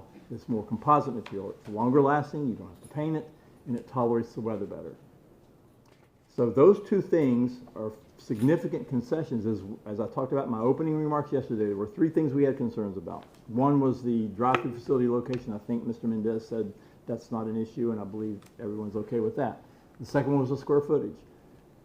We were at 125,000 square feet. Staff was at 87,500 square feet. My proposal today to you is we would be satisfied with 100,000 square feet as an ask, as a square footage request as part of our application. And then the third thing that we had a concern about was the wall. Mr. Inch, does the 100,000 square feet include the hotel or? Thank you for clarifying that. The 100,000 square feet includes the hotel, so hotel rooms would detract from that at 120 feet per hotel room. So that's not 100,000 square feet plus 44 hotel units. It's 100,000 square feet total. So hotel units would detract from that. So 120 square feet of commercial subtracted for each hotel unit. Yes, ma'am. So it's if you did the calculation using the staff's analysis, I believe, and equated those 44 hotel rooms with the 120 feet, it gets to right around 93,000 or so square feet that we would be able to do based on staff's recommendation. I'm just a slight bit more than that. I'm right at 100,000. So I'll let Mr. Mendez talk about that. I think he's at 92,750 or something in the calculation. But as Ms. Montgomery just questioned, the 100,000 square feet would include the hotel rooms. And to develop any hotel rooms, it subtracts from the commercial retail square footage at 120 square feet per hotel unit, up to a maximum of 125. Now the wall, I recommended to Mr. Mendez that perhaps it could be some composite material. That's what would be easier for us to develop and maintain. Mr. Mendez met with his team and discussed that, and he and I had a chance to discuss this earlier. I believe he has some modified conditions to pass out to you that has what the staff feels comfortable with square footage wise. It's not my number, but at least we're getting in the range. Okay, can we go back to the wall? Does the code only permit masonry? Is that the only option under the code? And if you want an alternate material, it has to be a deviation? I'm going to let Mr. Mendez speak to that, but I believe that if you have loading docks or delivery areas, it has to be masonry a certain distance at those. But outside of that, it can be other materials. Without a deviation? I believe so, but I'll let Mr. Mendez talk about that. And as you mentioned earlier, you were going to leave the record open to make sure we get the condition. That's one thing we'll make sure we clarify, because I've seen a draft of what Mr. Mendez feels might work there. I think it's okay, but I have to think about it and get with my team to talk about it. Okay, further to the wall concession, Yes, ma'am?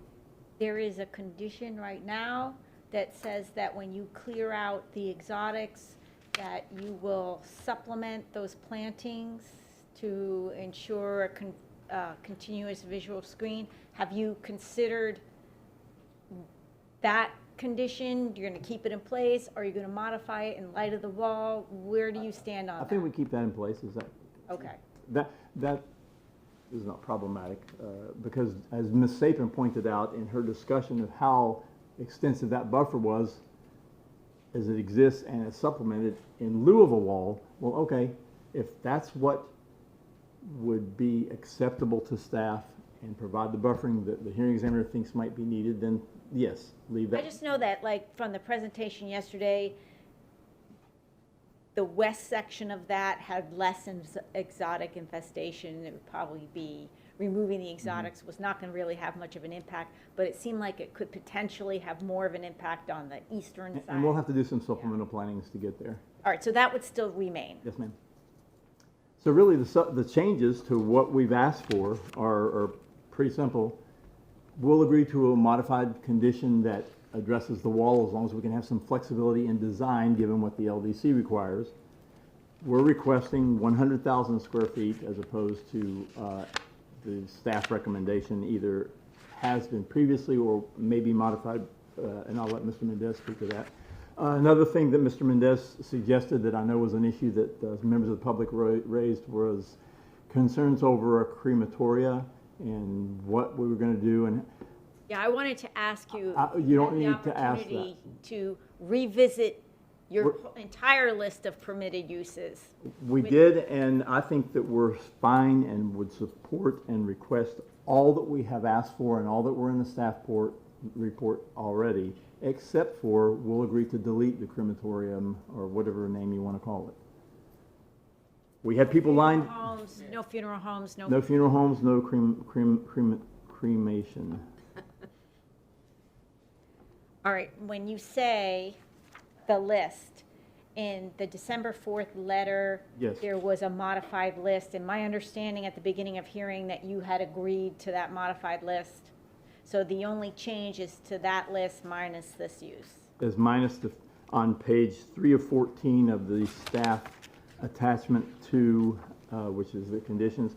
Delete funeral home or mortuary, no cremation, and with cremation. Delete that whole phrase. And you're going to provide me, together with staff, an updated conditions and permitted uses and deviations Yes, ma'am. based on these modifications that you've considered. Yes, ma'am. And Mr. Mendez has a draft that I know that he will speak on. We just want to make sure we get the language right. Right, and rather than take that in today, I'd like to allow you to really take a look at it and make sure it's exactly the way you want it, because I know like one night scrambling is, you know, sometimes you really need to go through it, fly spec it. Well, to Mr. Mendez's credit and thank him for his courtesy, he took my call after hours to talk about this, and then we talked this morning before hours to talk about this. So we're trying to hash out some language that we could present to you that is acceptable to address these concessions that we are willing to make in order to move forward. And I will leave the record open for that to be submitted, and if it's necessary, it sounds like, to perhaps modify the master concept plans to make Maybe. appropriate notations and deviation markings Wall. as a result of this. And then, I mean, I'm going to take a look at it and everything, but if there's the possibility that I require further clarification, I will set another hearing day, just so that everyone understands. I want to make sure we get this one right, And with that, or I take it in to make a determination. that hearing date would be to address these conditions specifically. Yeah, the changes, the new, Okay. yeah, if necessary. Yes, ma'am. But I did want to, and again, apologize for bringing up these substantive changes kind of at the tail end of our answers, but we want to make sure we address the planning objections as part of our presentation, so you would have that on the record. But thank you very much for your time in listening to our case. We believe that with the reductions that we've asked for or agreed to, and the addition of the wall, that we're really down to the only item that we have some disagreement with staff on is that square footage. And otherwise, I think we're ready to move forward. So thank you very much. Okay, will I hear from Barrett or not necessary? Not necessary, because Mr. Stasko was going to talk about the vegetation and all. As you pointed out, we have to clear the exotics, we may have to supplement it, but that discussion was in lieu of the wall. But since we've agreed now that we're going to do something with respect to installing a wall, that discussion of the existing vegetation isn't as Well, important. I appreciate that you, very much so, that you revisited this, because I was troubled, full disclosure, by the intensification of the site and the reduction of what was intended to protect the residential land uses to the north. So I appreciate you revisiting that. Thank you for that. We kind of could see that consternation in some of the questions you asked, and we know that it was sensitive to the single-family residences north of us.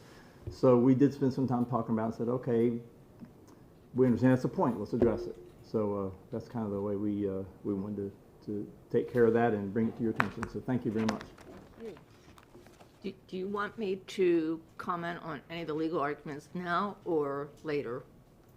Which legal arguments? Of the attorney representing the Mushkos? Yes.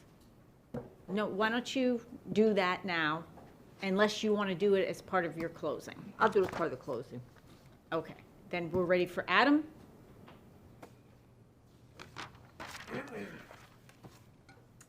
For the record, Adam Mendez, Senior Planner with the Zoning Section.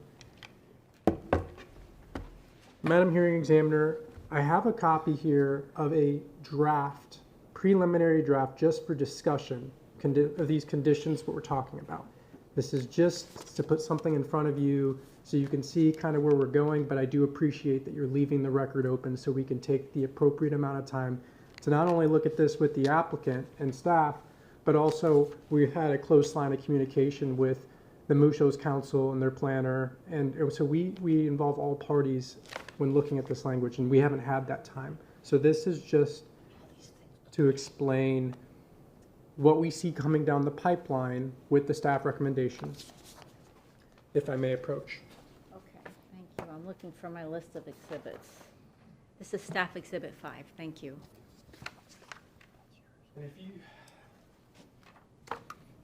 I'm also going to pull this exhibit up right now on the on this projection screen, so please give me a moment.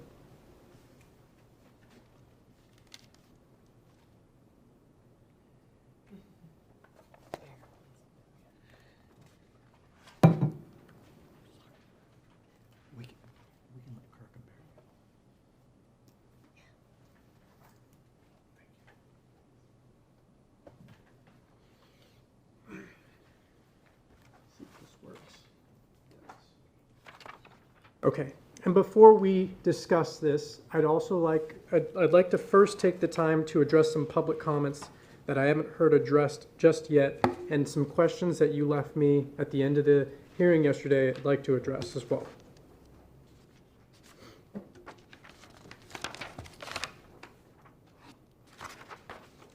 The first question from the public that I'd like to address is from Steve Brodkin. He asked a question, and it was partially addressed here, but not directly. It was, he thought that the policy removing industrial uses was either in the comp plan or it is still in the comp plan. It's policy 18.1.3, and through the sufficiency review and substantive review process, staff removed several uses that were included in the CG district that we didn't find appropriate because perhaps at some scale or capacity, especially with the intensity that was requested, might have a quasi-industrial, quasi-light industrial flavor to them. So we removed those uses, and the applicant was amendable to that. And we also we removed a use that was formally approved in the existing resolution that could be quasi-industrial. It was a printing and publishing use. Depending on the scale and capacity, that's industrial, and that's in the existing zoning resolution. That has been removed from this recommended schedule of uses before you. There was a question from Mrs. Musho regarding identification sign that resonated with me because the access point, if you're looking at the master concept plan, I'm sorry I don't have it up, but they actually show where the signs are going to be, and there's a legend that says pylon signs or monument signs. Monument signs, as we know, are usually relatively short in height, 8 feet high with a base. So we would like the time to craft a condition regarding the monument sign that will be near the access point closest to the Mushos to limit that height to a height that would not promote a sign extending above the wall or above the vegetation, just because signs are meant to attract attention and the bright colors and logos that could perhaps possibly be seen from their property. So we'd like the time to introduce a condition regarding project signage. So this property could have one of those big interstate lollipop signs? It could not. It's too far from the interchange. The interchange sign regulations and the code require a 660-foot if I recall correctly, from the center line of the interstate to the quadrant, which it would have it. And this property, as you know, it's on the easternmost part of the interchange. It is too far. They are limited to their project signage under the code that allows a 20-foot tall sign for an individual establishment up to 5 establishments. And then if it was a multi-occupancy establishment, the sign height would then be 24 feet. That's the maximum that would be permitted on this property without some sort of deviation. The interchange sign, once again, not a possibility on this site, not even with deviation. Or not without public hearing deviation. I'm not sure on that. But we're not considering that.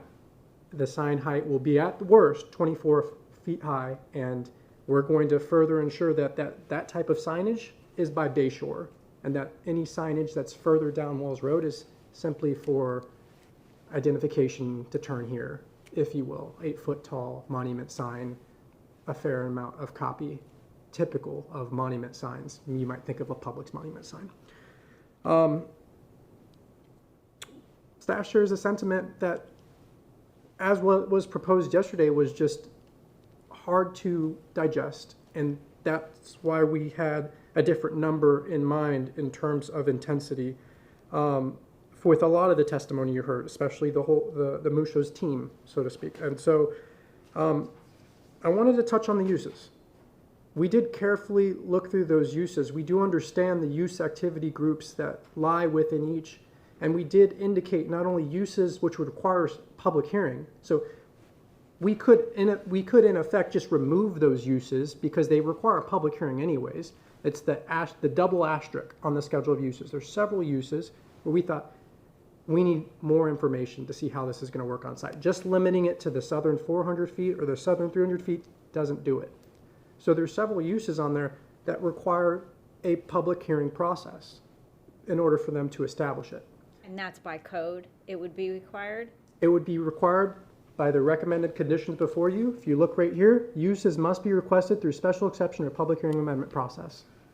There's several uses in this list that include that. And are they also in the list of permitted uses, but with the asterisk? Exactly. So maybe take them out of the list of permitted uses. I think it's creating anxiety that's not necessary. I agree. And so, Or some pithy. and then the other thing is, you'll see the asterisk regarding the site location standard for being within the southern 400 feet. Now, digesting this idea that a wall is likely to occur, or at least we've agreed on some variation of a condition of a wall. We've agreed on that there's going to be supplemental plantings in the preserve to create a constant visual screen that's required by code. And then to throw on that we're going to have a lot of these uses more than 200 feet from the southern property line. We're creating that separation, that transition that you'd expect between Bayshore and the interchange and the rural residential to the north. So I think if you consider these two elements of the schedule of uses, you'll see how we were able to find a position of comfort that the schedule of uses is appropriate and has been pulled back from CG. I mentioned that in the staff report. We acknowledged the purpose and intent statement. We went through the schedule of uses, and we found that largely what we're looking at today is appropriate. I will note that I did make one change before you to food trucks, and I want to talk about food trucks a little bit because Attorney Lombardo made a great point. How did we get there? It's not on this. It's not on the district table regulations. It's in the temporary regulations. How does the county have food truck parks? How do they regulate them? So first, I'd like to mention that I have included the food truck under the condition, and this is new, that it has to be located within the southern 400 feet, which, from my understanding, the applicant is amendable to, because that use would be more appropriately located near Bayshore Road to attract attention. So that's new. In terms of the actual use food truck park and how it's integrated in PDs, I would direct your attention to section 34-933. It's permitted uses in the planned development districts. The last sentence of which states, uses that are not specifically listed in section 34-934 may also be permitted if In the opinion of the director, they are substantially similar to a listed permitted use. Madam Hearing Examiner, I would submit to you that we have permitted food truck parks and mini PDs under this interpretation from our section that a food truck park is very similar in nature to a restaurant group 2. The difference is it's open. It's all open. It's not just outdoor seating. The food is made within a vehicle, food vending cart. Most recently, you are aware of Backyard Social. That's in the Jetport MPD. Food truck park was included administratively because restaurant group 2 was allowed.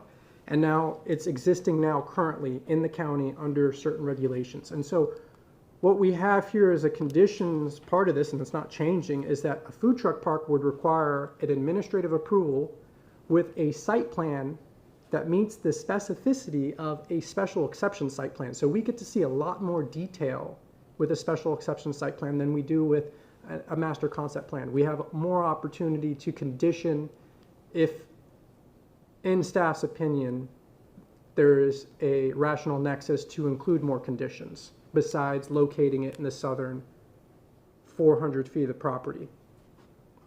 That's how we got to food truck. Hopefully that addresses your question on that, if you had one. So food truck park, Yes, subject to condition 13, yes, we can go to it right now. and also limited to the southern 400 feet. That's correct. I have condition 13 up here. If you'd like to look at it, it's, I'll say for the record, the principal use of a food truck may be approved through the administrative amendment and local development order process. The application must be accompanied by a conceptual site plan meeting the minimum required details for special exception site plans contained in Land Development Code Section 34-202. The application must include a project narrative and of the intended operation and other information deemed necessary by the director. And we're learning how to rope this use in as it is being introduced in the market. We've seen them come to life, so we're getting a grasp on it. And there may be land development code changes in the future to cement that. But we have the opportunity with Section 34-933 to state that this is similar to Restaurant Group 2. We're not creating a new use. It's substantially similar.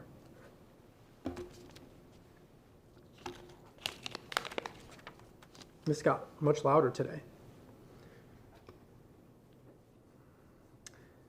I think we've went over the administrative increase. That was a big question yesterday, whether that was in the record, not in the record, part of the recommendation. It is not. For the record, for anyone in the public listening virtually or in this audience, that was included in the application materials, but it has not made its way into this recommendation or the staff recommendation that the hearing examiner is considering. Instead, we have a condition.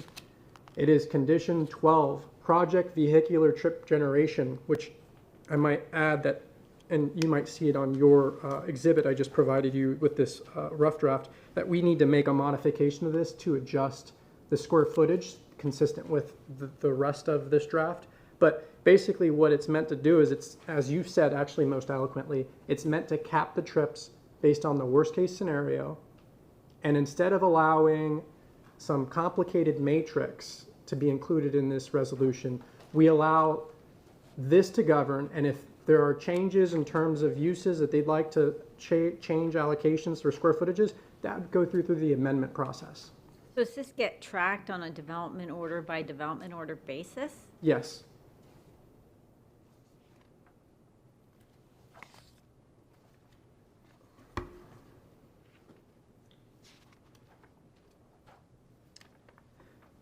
We had some questions, Madam Hearing Examiner, on the height in this PD, and I think that you understand now it's 35 feet everywhere for everything except for the hotel use, and that hotel use can only exceed 35 feet if it is located in the southern 300 feet, which actually, if you look at the master concept plan and you take the scale, that's how we arrived at where that height might be appropriate. It was exactly where it's located currently on the master concept plan. The way that the condition's written is meant to confine it, setback from Bayshore, setback from within the southern 300 feet. It keeps that height there. And if for some reason a hotel is desired somewhere else on the parcel, then the height's limited to 35 feet, but the use is still subject to a 150-foot setback. That number is not necessarily arbitrary. It was used in the prior resolution for where buildings were appropriate, except for carports. So we're taking, what we're doing is we're amending this resolution, and we're keeping what we thought was appropriate, and we're changing what we think might be appropriate now with additional conditions, additional considerations. That wasn't a baseline for what should always be appropriate here. It was a review. It was a careful review. I read carefully through the transcript to see what the rationale was, how they got to those square footages, and it was all based on what they were actually envisioning and concessions they made to get to their idea. It wasn't based on some special formula as to what minimal commercial uses mean. It was what was appropriate. It was what was compatible. And I would submit to you that, and this has been spoken about, and I'm kind of jumping ahead here in my thoughts, but while it's fresh, is that when we talk about minimal commercial uses in the Bayshore, minimal commercial activities, sorry, in the Bayshore community, the goal, and you think back to my slide, which they had, which showed these very general locations for either minor commercial and then commercial that wasn't subject to that minor commercial uses language. And whether that correlated to 30,000 square feet or not, I'm not sure. I understand there's a bit of ambiguity there, but we know that this site currently has 61,000 square feet of commercial uses on it, which is greater than minor commercial by definition. So I would submit to you that the general interchange is half of 1% of the total land area right on the fringe of the community, and that if there is any commercial intensity greater than 30,000 square feet, minor commercial, it would be located here as long as what is proposed is compatible with the surrounding rural community, the character of the community. And so I think that that's what this accomplishes right now. And I'll move kind of backwards on this document to discuss the intensity that we've arrived at and why. We need a break. Okay. She's okay. I've been engrossed.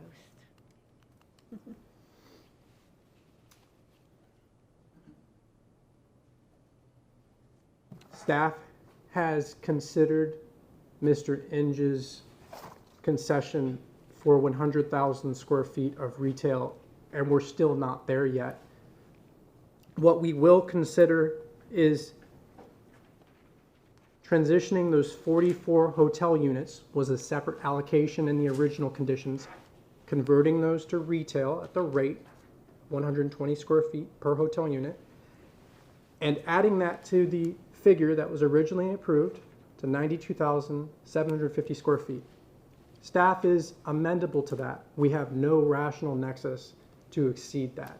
The staff report goes over in detail what our position is, using existing interchange areas and compatibility analysis. And so I can't get up here and say that we have any basis for 100,000 square feet. We would disagree with that number. We don't have that basis. But it's close. It's 90. Closer than you've ever been. It's 92,750 square feet. It's rooted in our staff report as to why. Okay, so if they choose to build a hotel, because you're not eliminating this use, then we go back to the condition with the formula, 120 square feet gets removed from the total. That's correct. In fact, our condition regarding the hotel has been updated to reflect that. And this is preliminary. This is just to share you to let you know what's coming down the pipeline, but here we go. Retail intensity may be converted to a maximum of 125 hotel units at a conversion rate of 1 hotel unit per every 120 square foot reduction of the 92,750 square foot intensity allocation. So if they did the whole 125, Yep, then how many square feet of commercial would be left? good question for a calculator. 15,000.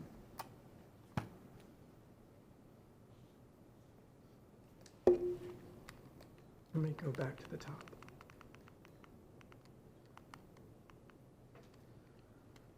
Okay, so applicant has modified their request to 100,000.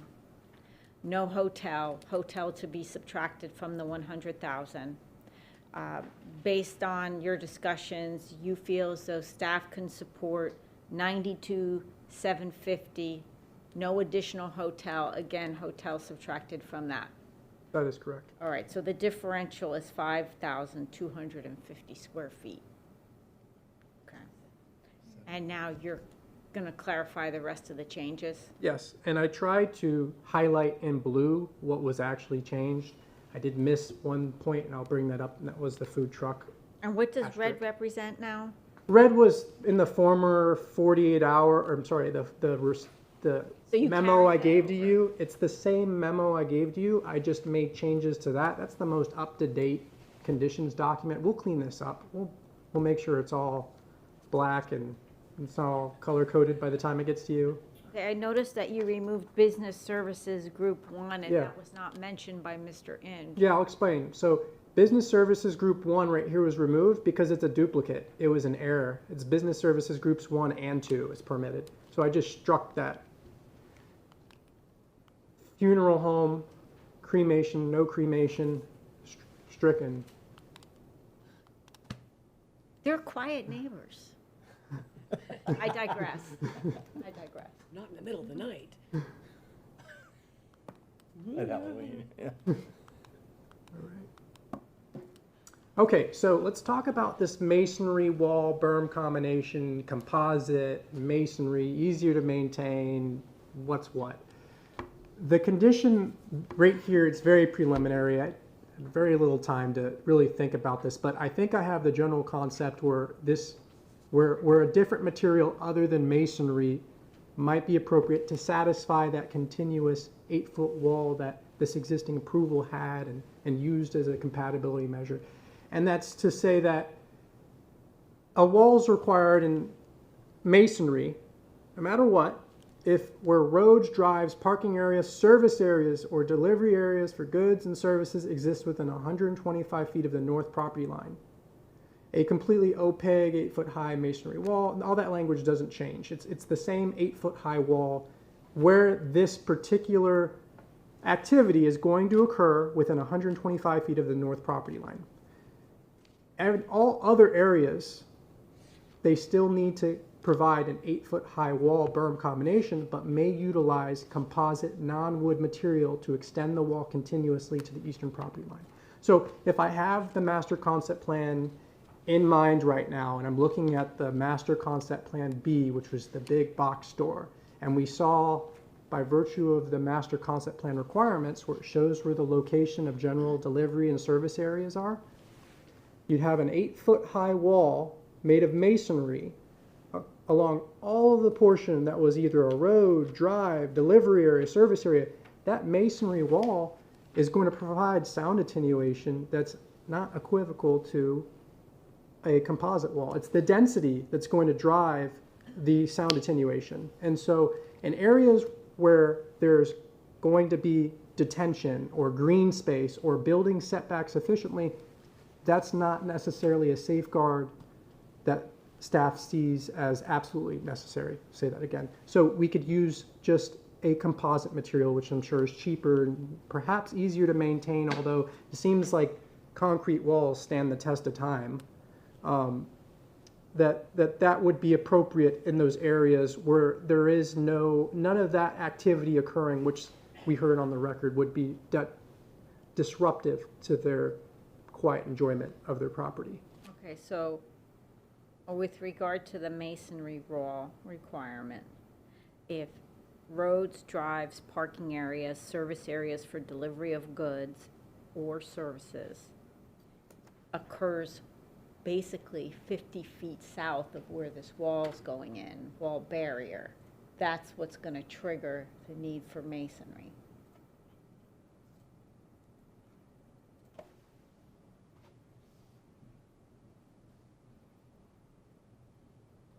So if they maintain a 50-foot setback from that wall, in terms of those uses.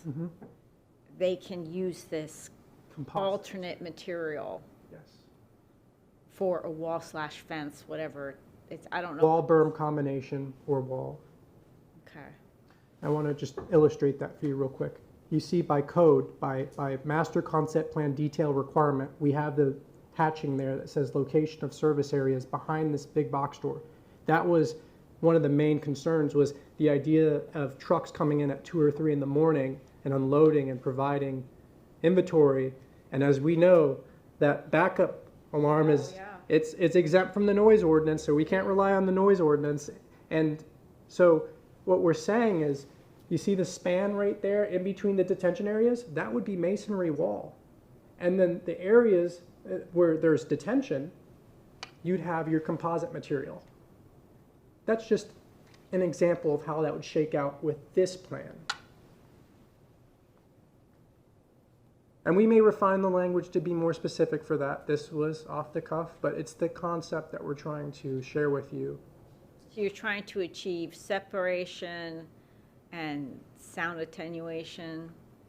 Which was afforded by the existing resolution. Okay. Can I see the other site plan? Absolutely. It's on there too. Oh, the clicker, I'm sorry, I got that version. Thank you. And I understand this is conceptual, and they do have flexibility in how they lay the property out. I just want to take a look. I think it was on the slide before. So under this scenario, assuming that it was to be built like this, the potential for the wall would be on this western side. That's correct. And then you'd have a natural wall here, and then an additional wall here with composite material. This is going to reduce the financial impact of this condition on the developer in a sensible way. Yeah, because that's a wide property. It is. That's a lot of wall. And it's, I looked at the cost of what a poured masonry wall is per square foot. It's not cheap. But we're talking about the cost of compatibility here. Okay.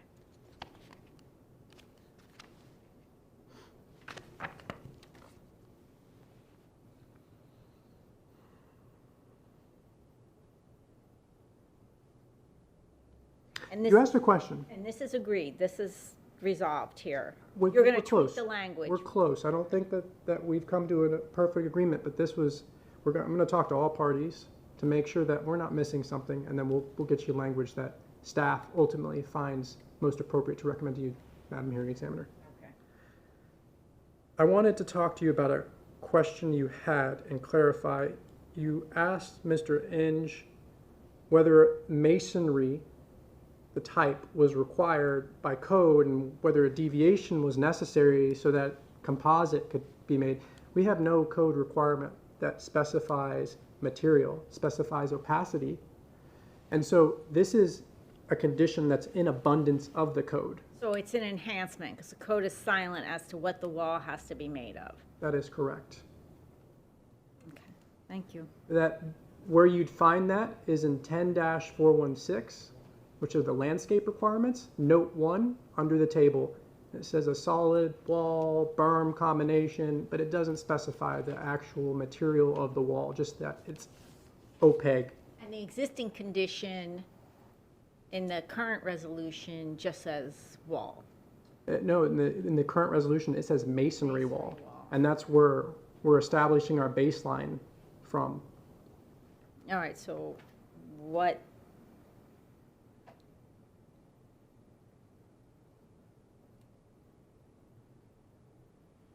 You're limiting that requirement to these areas that you anticipate will create the most impact. That's correct.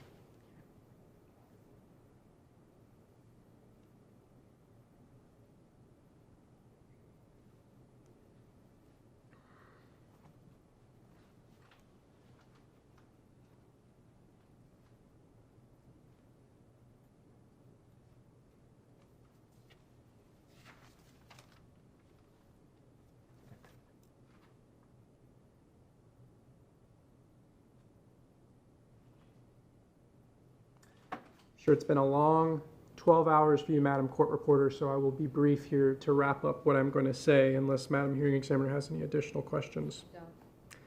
I was going to touch on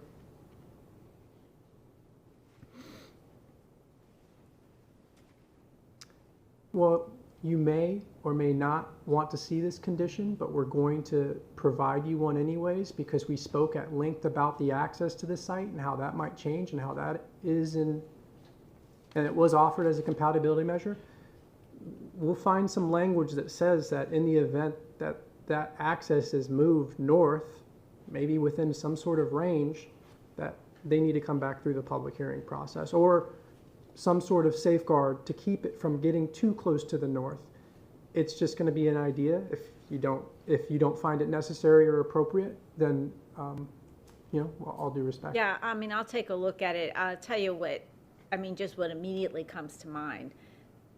The original access, right, Yeah, was further north, right here. and it was a masonry wall all the way across, which is, I'm figuring out that that's probably why they wanted that enhanced construction.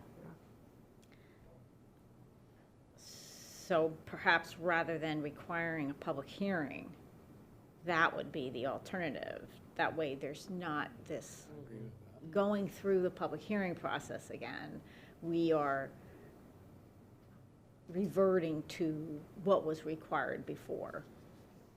Yeah. But I'm not committing to that. I need to go over everything and try to do a big view of the property. But I would like to confine coming back to the public hearing process to a true intensification of the use of the property, whether that's appropriate in the future or not. That's where I see the public hearing process being the most beneficial to everyone. And I think the administrative approval process can pretty much handle everything else as long as there's guardrails. I have a question because I think the way I understand you're going to write the condition on the wall, we get to where the hearing examiner's thinking because you said that if there's a drive, parking area, or loading area within a certain distance, then you have to do the masonry wall. So it seems to me that if we're moving a road further north, wouldn't we automatically then under your condition have to provide the masonry wall? Just for the portion of that access or road that is within 125 feet. I mean, I'm troubled by the proposed intensification and simply reverting back to what they had to do before. So I feel like if they're going to shift it to the north because they have to, FDOT, whatever, that maybe there's that wall and like trees too, because, I mean, let's face it, we're talking about more intense uses in addition to greater intensity overall. And we need to be mindful that the adjacent use is single-family residential, and they need to be protected. Otherwise, this project fails the compatibility test. And so please think about that as you're working together on addressing that possibility. And if it can be achieved without bringing it back to the public hearing process, it might be worthwhile thinking about what would this corner of the property have to look like to ensure compatibility without having to go back through the public hearing process. Because if all we're doing is saying, okay, the masonry wall gets extended, but now the project access is closer, then that's not going to be acceptable to me because we're significantly increasing the intensity of the use and the types of uses. So let's keep that in mind if we talk about that possibility, what would be appropriate up there.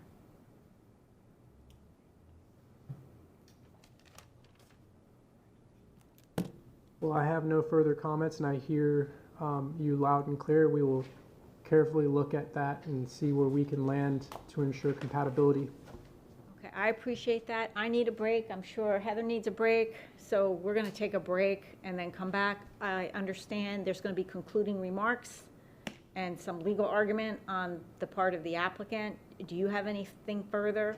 No, ma'am. Okay, so why don't we break for 10 minutes, and then we'll come back and applicant can make any concluding remarks or arguments they wish to put on the record.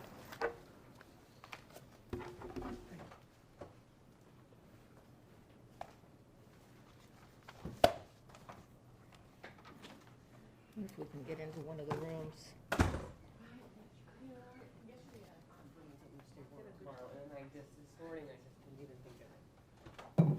I need to get myself an insulated cup, A little cup like that? like insulated. that Oh, yeah. keeps it hot. Yeah. Yeah, it looks like we're going somewhere to talk. Okay. I thought I was just going somewhere to go to the bathroom, but everybody was bringing their You papers. can do that after everybody talks over there. Well, everybody was bringing their papers with them, so that was kind of overkill for a trip to the restroom. That's up to you. That's multitasking. Where'd they go?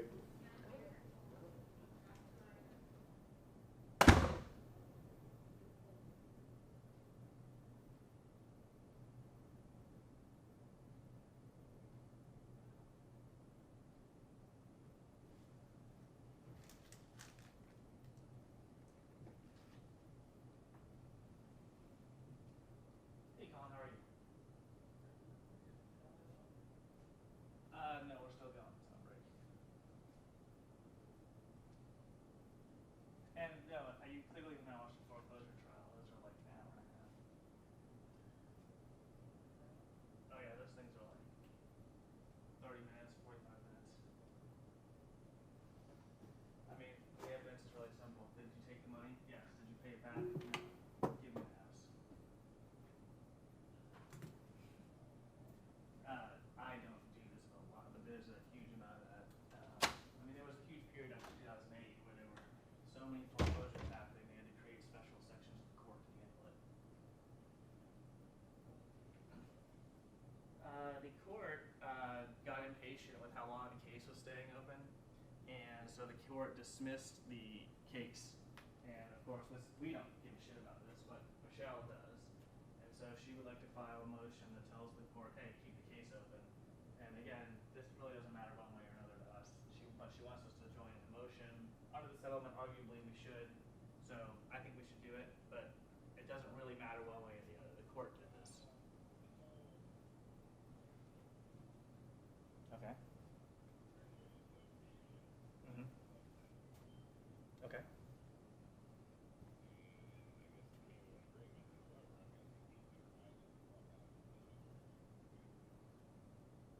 Yeah, that's probably correct.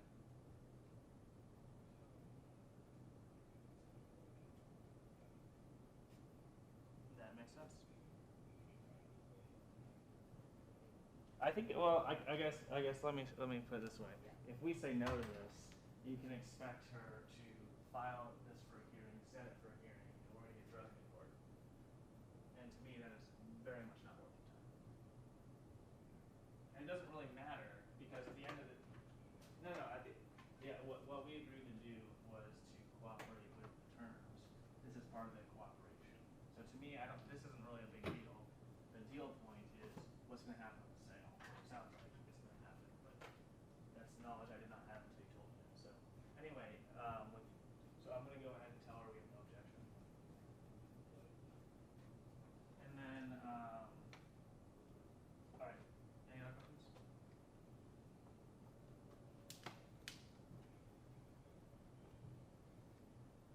Yeah, well, I mean, that was the outstanding deal. So if he can pull it off, he pulls it off.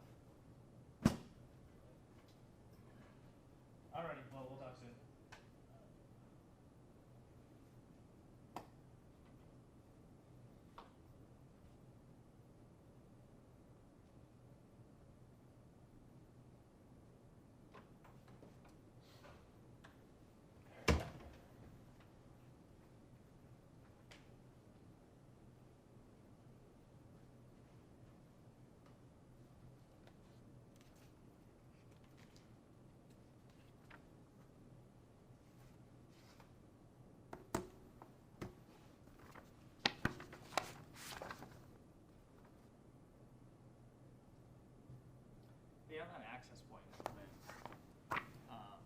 the access point movement is a major compatibility item. It I mean, is. that's what she was asking, but It is. I would just, I mean, I know we have no rights at this point to say anything, but. No, we're gonna talk with Okay. you guys when we craft these conditions. And there's one little piece of commentary on the thing about how goals don't matter.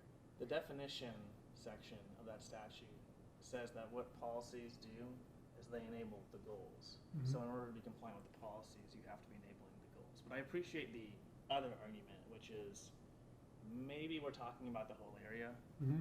That's interesting. I got it. That's how I found it, because otherwise I don't Yeah. know how we got to 61,000 square feet in the first place. Yeah, no, that's a really interesting point. I gotta think about that. Yeah. That makes sense to me. Well, we're making progress. And I think this we're still, making progress. This still may not be. She may go lower than 92. I mean, I think it's a possibility. I feel feeling, yeah, and I'm kind of on the record right now, or speaking. People can hear me. That road will never be solved. Even FDOT is having an impossible time with that access. Very familiar. They don't know what they're gonna do.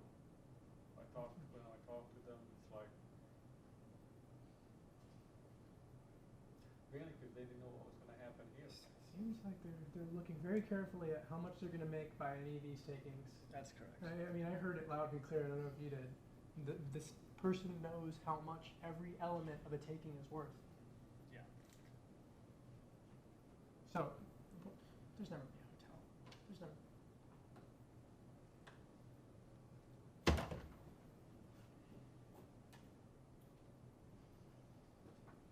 Nor do we have like a really profound way to say hotels shouldn't be allowed in the interchange. Yeah. I mean, Like, it's struggle. the more I watched that interchange with the traffic engineer, it was really, that was interesting to think about. So you got a truck coming off the highway. It's a left in with no light, and then it's a right in, and all of this is like pretty tight 90-degree turns. I mean, that's going to be an obnoxious sight to use. And I am familiar with that racetrack. I know that it's possible. It's Mhm. just that's a pretty crazy. That racetrack is A nightmare? Well, it's a nightmare, but it's also on two It's still a 6-lane. stretch. It's on two 6-lane roads, right? So there's just more. There's more flow by that track than there is by this thing. That's right. I don't know. It's interesting. I missed that point when I was pulling up Whole Foods. I wanted to say, look at the bus stops, look at the 6-lane roads on both sides, look at the urban services. It's just like we're in a completely different world here, and Yeah. it's at 8,000 square feet per acre.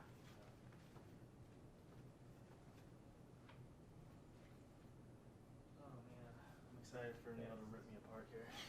Well, you won't be this. It'll just be her talking. You know? I know. I'm Yeah. just gonna watch it. I'm just taking notes.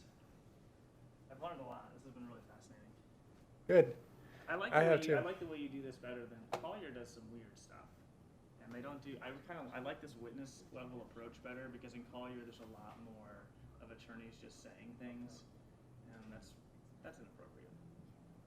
And in Marco, it's like I could literally do a hearing in Marco with no experts. Wow. I'm doing one in February. I'm gonna walk in there. It's a traffic study. It's a traffic. It's a parking variance. Yeah. I do have a traffic engineer, but I'm gonna make all kinds of statements, and they're gonna be like, okay. But it's inappropriate. But on the other hand, like I'm not gonna make my client spend $20,000 for all this on stuff if it's not required. Right. It's interesting. According to your parking expert, who's not going to testify. He will testify, unfortunately, Yeah. on that one. Okay. But I'm trying to think of a better example of one where I'm not using. No, I get what you're saying. It's just like you could get up there, and as long as you sound intelligent on the subject, they're just like, oh, that makes sense. Makes sense. Which is that's not appropriate. It's not. You could be a good salesman. That's I'm considering a career change. Yes.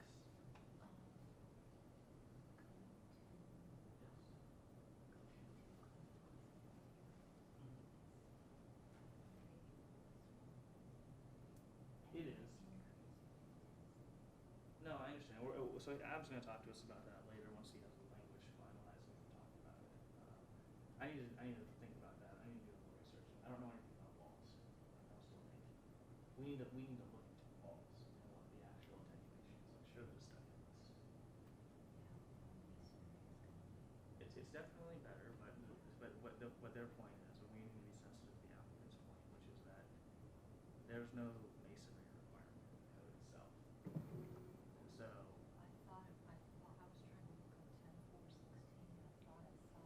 I'll show you.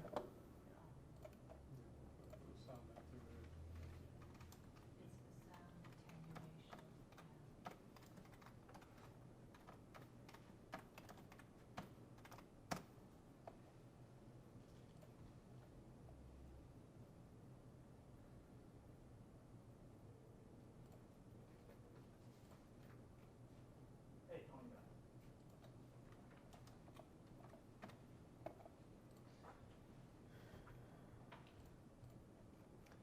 It's right here.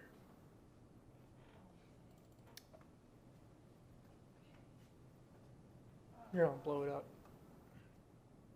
Let me see if it transcribes.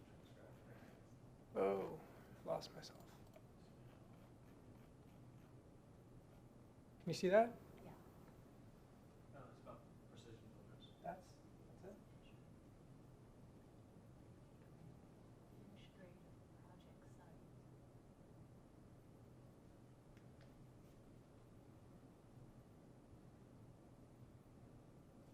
No, I'm pretty sure he's in jail.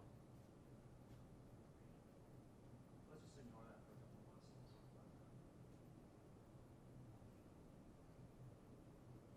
You can take Ken, it's his client. Or, yeah, it's his buddy. Friends is a strong word, but anyway, all right.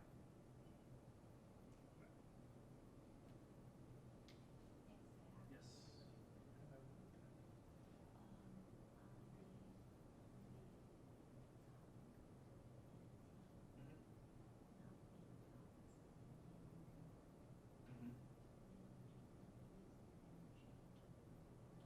That was a legally incorrect statement. No, of course, but it's a legally incorrect statement. Policies only exist to enable goals, so you can't be inconsistent with a goal, inconsistent with a policy. That doesn't make sense.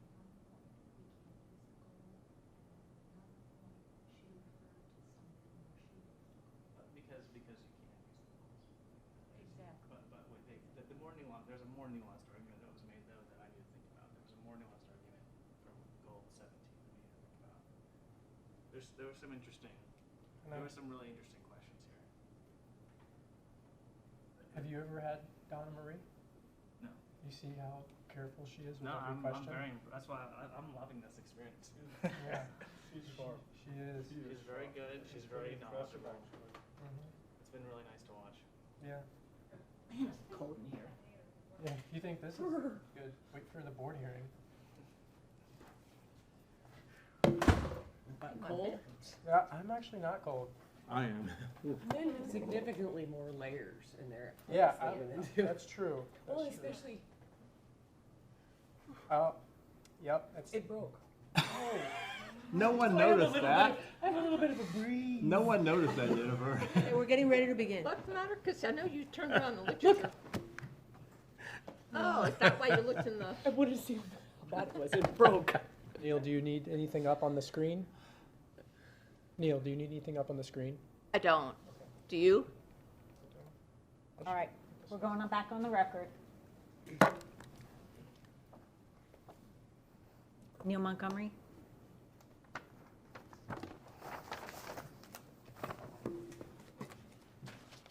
Good morning, almost afternoon. Neil Montgomery for the record. I'm going to be brief, but there are some points that I do want to make. In the last 6 months, I've had more than a few occasions to discuss whether or not goals are regulatory or not with the county attorney's office. My legal opinion is they are not. Due to the LDC and comp plan amendments relative to another community plan that got a lot of coverage, it's very clear the county attorney's office does not believe goals are regulatory either. And that the goals, policies, and objectives in these plans that are intended to apply are those that were put into Chapter 33 in the LDC. So we spent a lot of time about what Goal 18 means, but it's aspirational and it's not controlling.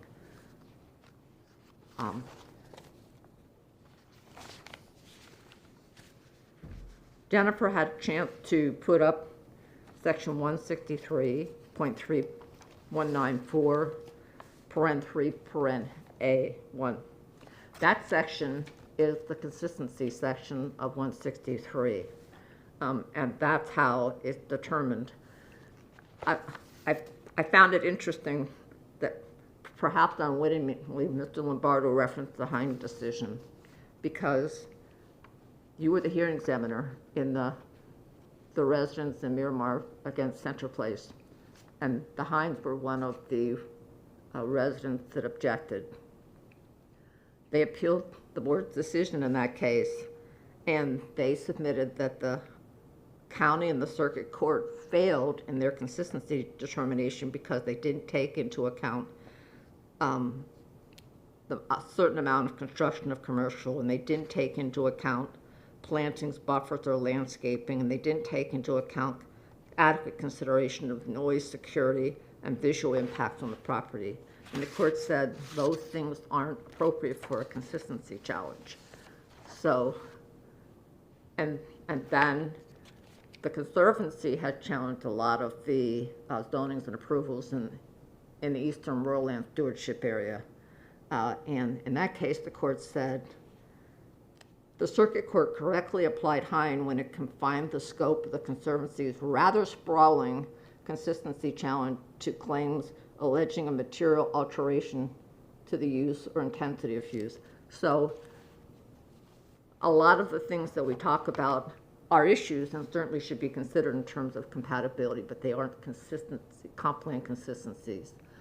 And in this case, I'd submit that with the reduction in the square footage and the change to the buffering condition as I think agreed to by the staff and the applicant, I think we have addressed those issues. Thank you. Thank you. Okay, let's discuss procedure going forward. My understanding is staff, applicant, and perhaps Mr. Lombardo are going to work together on some conditions or putting a finer point on the draft that you provided, and that I will then receive a joint submittal, staff and applicant, of recommended conditions and deviations. And that may or may not be accompanied by an updated master concept plan to reflect relevant notes. How much time would you like to achieve this? A week? And I will share that this is going to be a long transcript. It's good. I'm not going to work on this case until I have the transcript. I have some initial notes I'll organize, and I'll start doing the outline of my recommendation, but I will rely heavily on the transcript in this case because there is a lot of information I want to take a closer look at and consider. So give yourself enough time to meet and get it to where you want it to be before you give it to me. Maybe we should ask Mr. Ron Inge for the record, maybe ask Adam what he feels comfortable with, because he's Thank you. going to be, I so assume that you're going to draft the initial conditions. I'm liaison with Lombardo. My first idea is by end of day, Thursday the 21st, which is exactly a week. If that works with you guys. Works for me. And here's the Office thing. gonna be open? Sometimes you guys close during the holidays. No, we are open until end of business on the 21st. We are closed that 3-day week in between Christmas and New Year's. We're closed Tuesday, Wednesday, Thursday, and then we're opening up again Tuesday, the following Tuesday, the day after New Year's. And Madam Hearing Examiner Y will work closely with the parties that we've discussed. This submittal will be from staff, as there may be disagreement still. So it will be a submittal from staff. Okay, so then with that in mind, the record is going to be left open for a submission from Adam.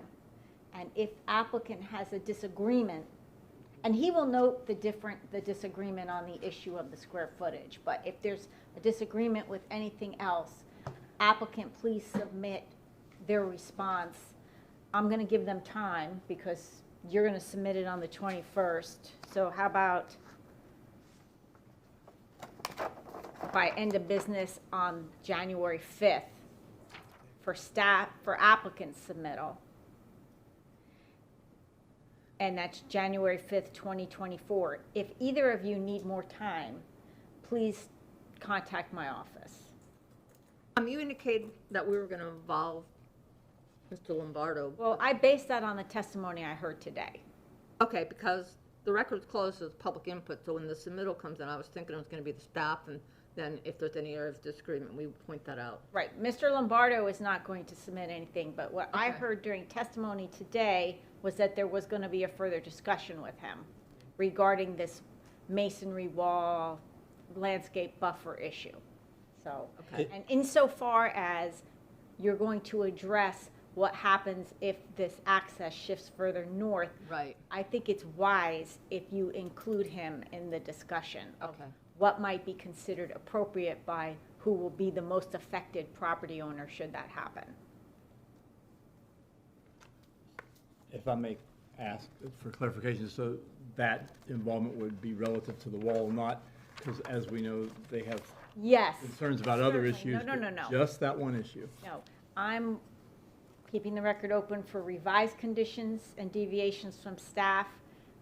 Hopefully, a master concept plan that reflects everything except for what you disagree on, and then supplemented by a written submission if you feel as though there's something that they're still not agreed to and that you wish me to I've got a question. understand your position. Maybe this is a dumb question, but since you left this up here, we're obviously within the four corners of the site, and when Mr. Trees talked about what might happen, he pointed out that the access may go here. So are we gonna end up trying to regulate outside the site on whatever may happen, wherever the connection may be? Does that make sense? No, can you rephrase that? So in other words, let's say, I'll be in the wrong spot, but let's say this is the spot, it comes over here, are we gonna have to buffer? Adam, if I may, I think what Neil's concern is we may still come out at the same place, but it may bend northward to access that road. Do we have to buffer on the property to our west that we can't control? I think your point, Madam Herring-Zimmer, is if the access point to Wells shifts, Yes, regardless of where it goes westward. exactly. Okay, I just wanted to be clear on that. Thank you. Okay. Unless the scope of my authority has changed, I think I'm limited to the property in question. Well, I believe that, I just wanted to make sure everybody in the room. Well, it depends what we need from the people to the west.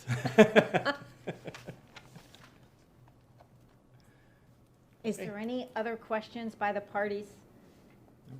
So we're clear, Adam is going to submit something by end of business on the 21st. Neil, representing the applicant, is going to submit something by end of business on January 5th. But if additional time is required, please just contact my office and we will extend. My understanding from the court reporter is that the transcript may be available the first week of January. Once that's available, we'll let you know. If you need more time, that's fine too. We'll let everyone know and it will be uploaded. Okay, Appreciate it. thank you. Thank you, everyone. Thank you.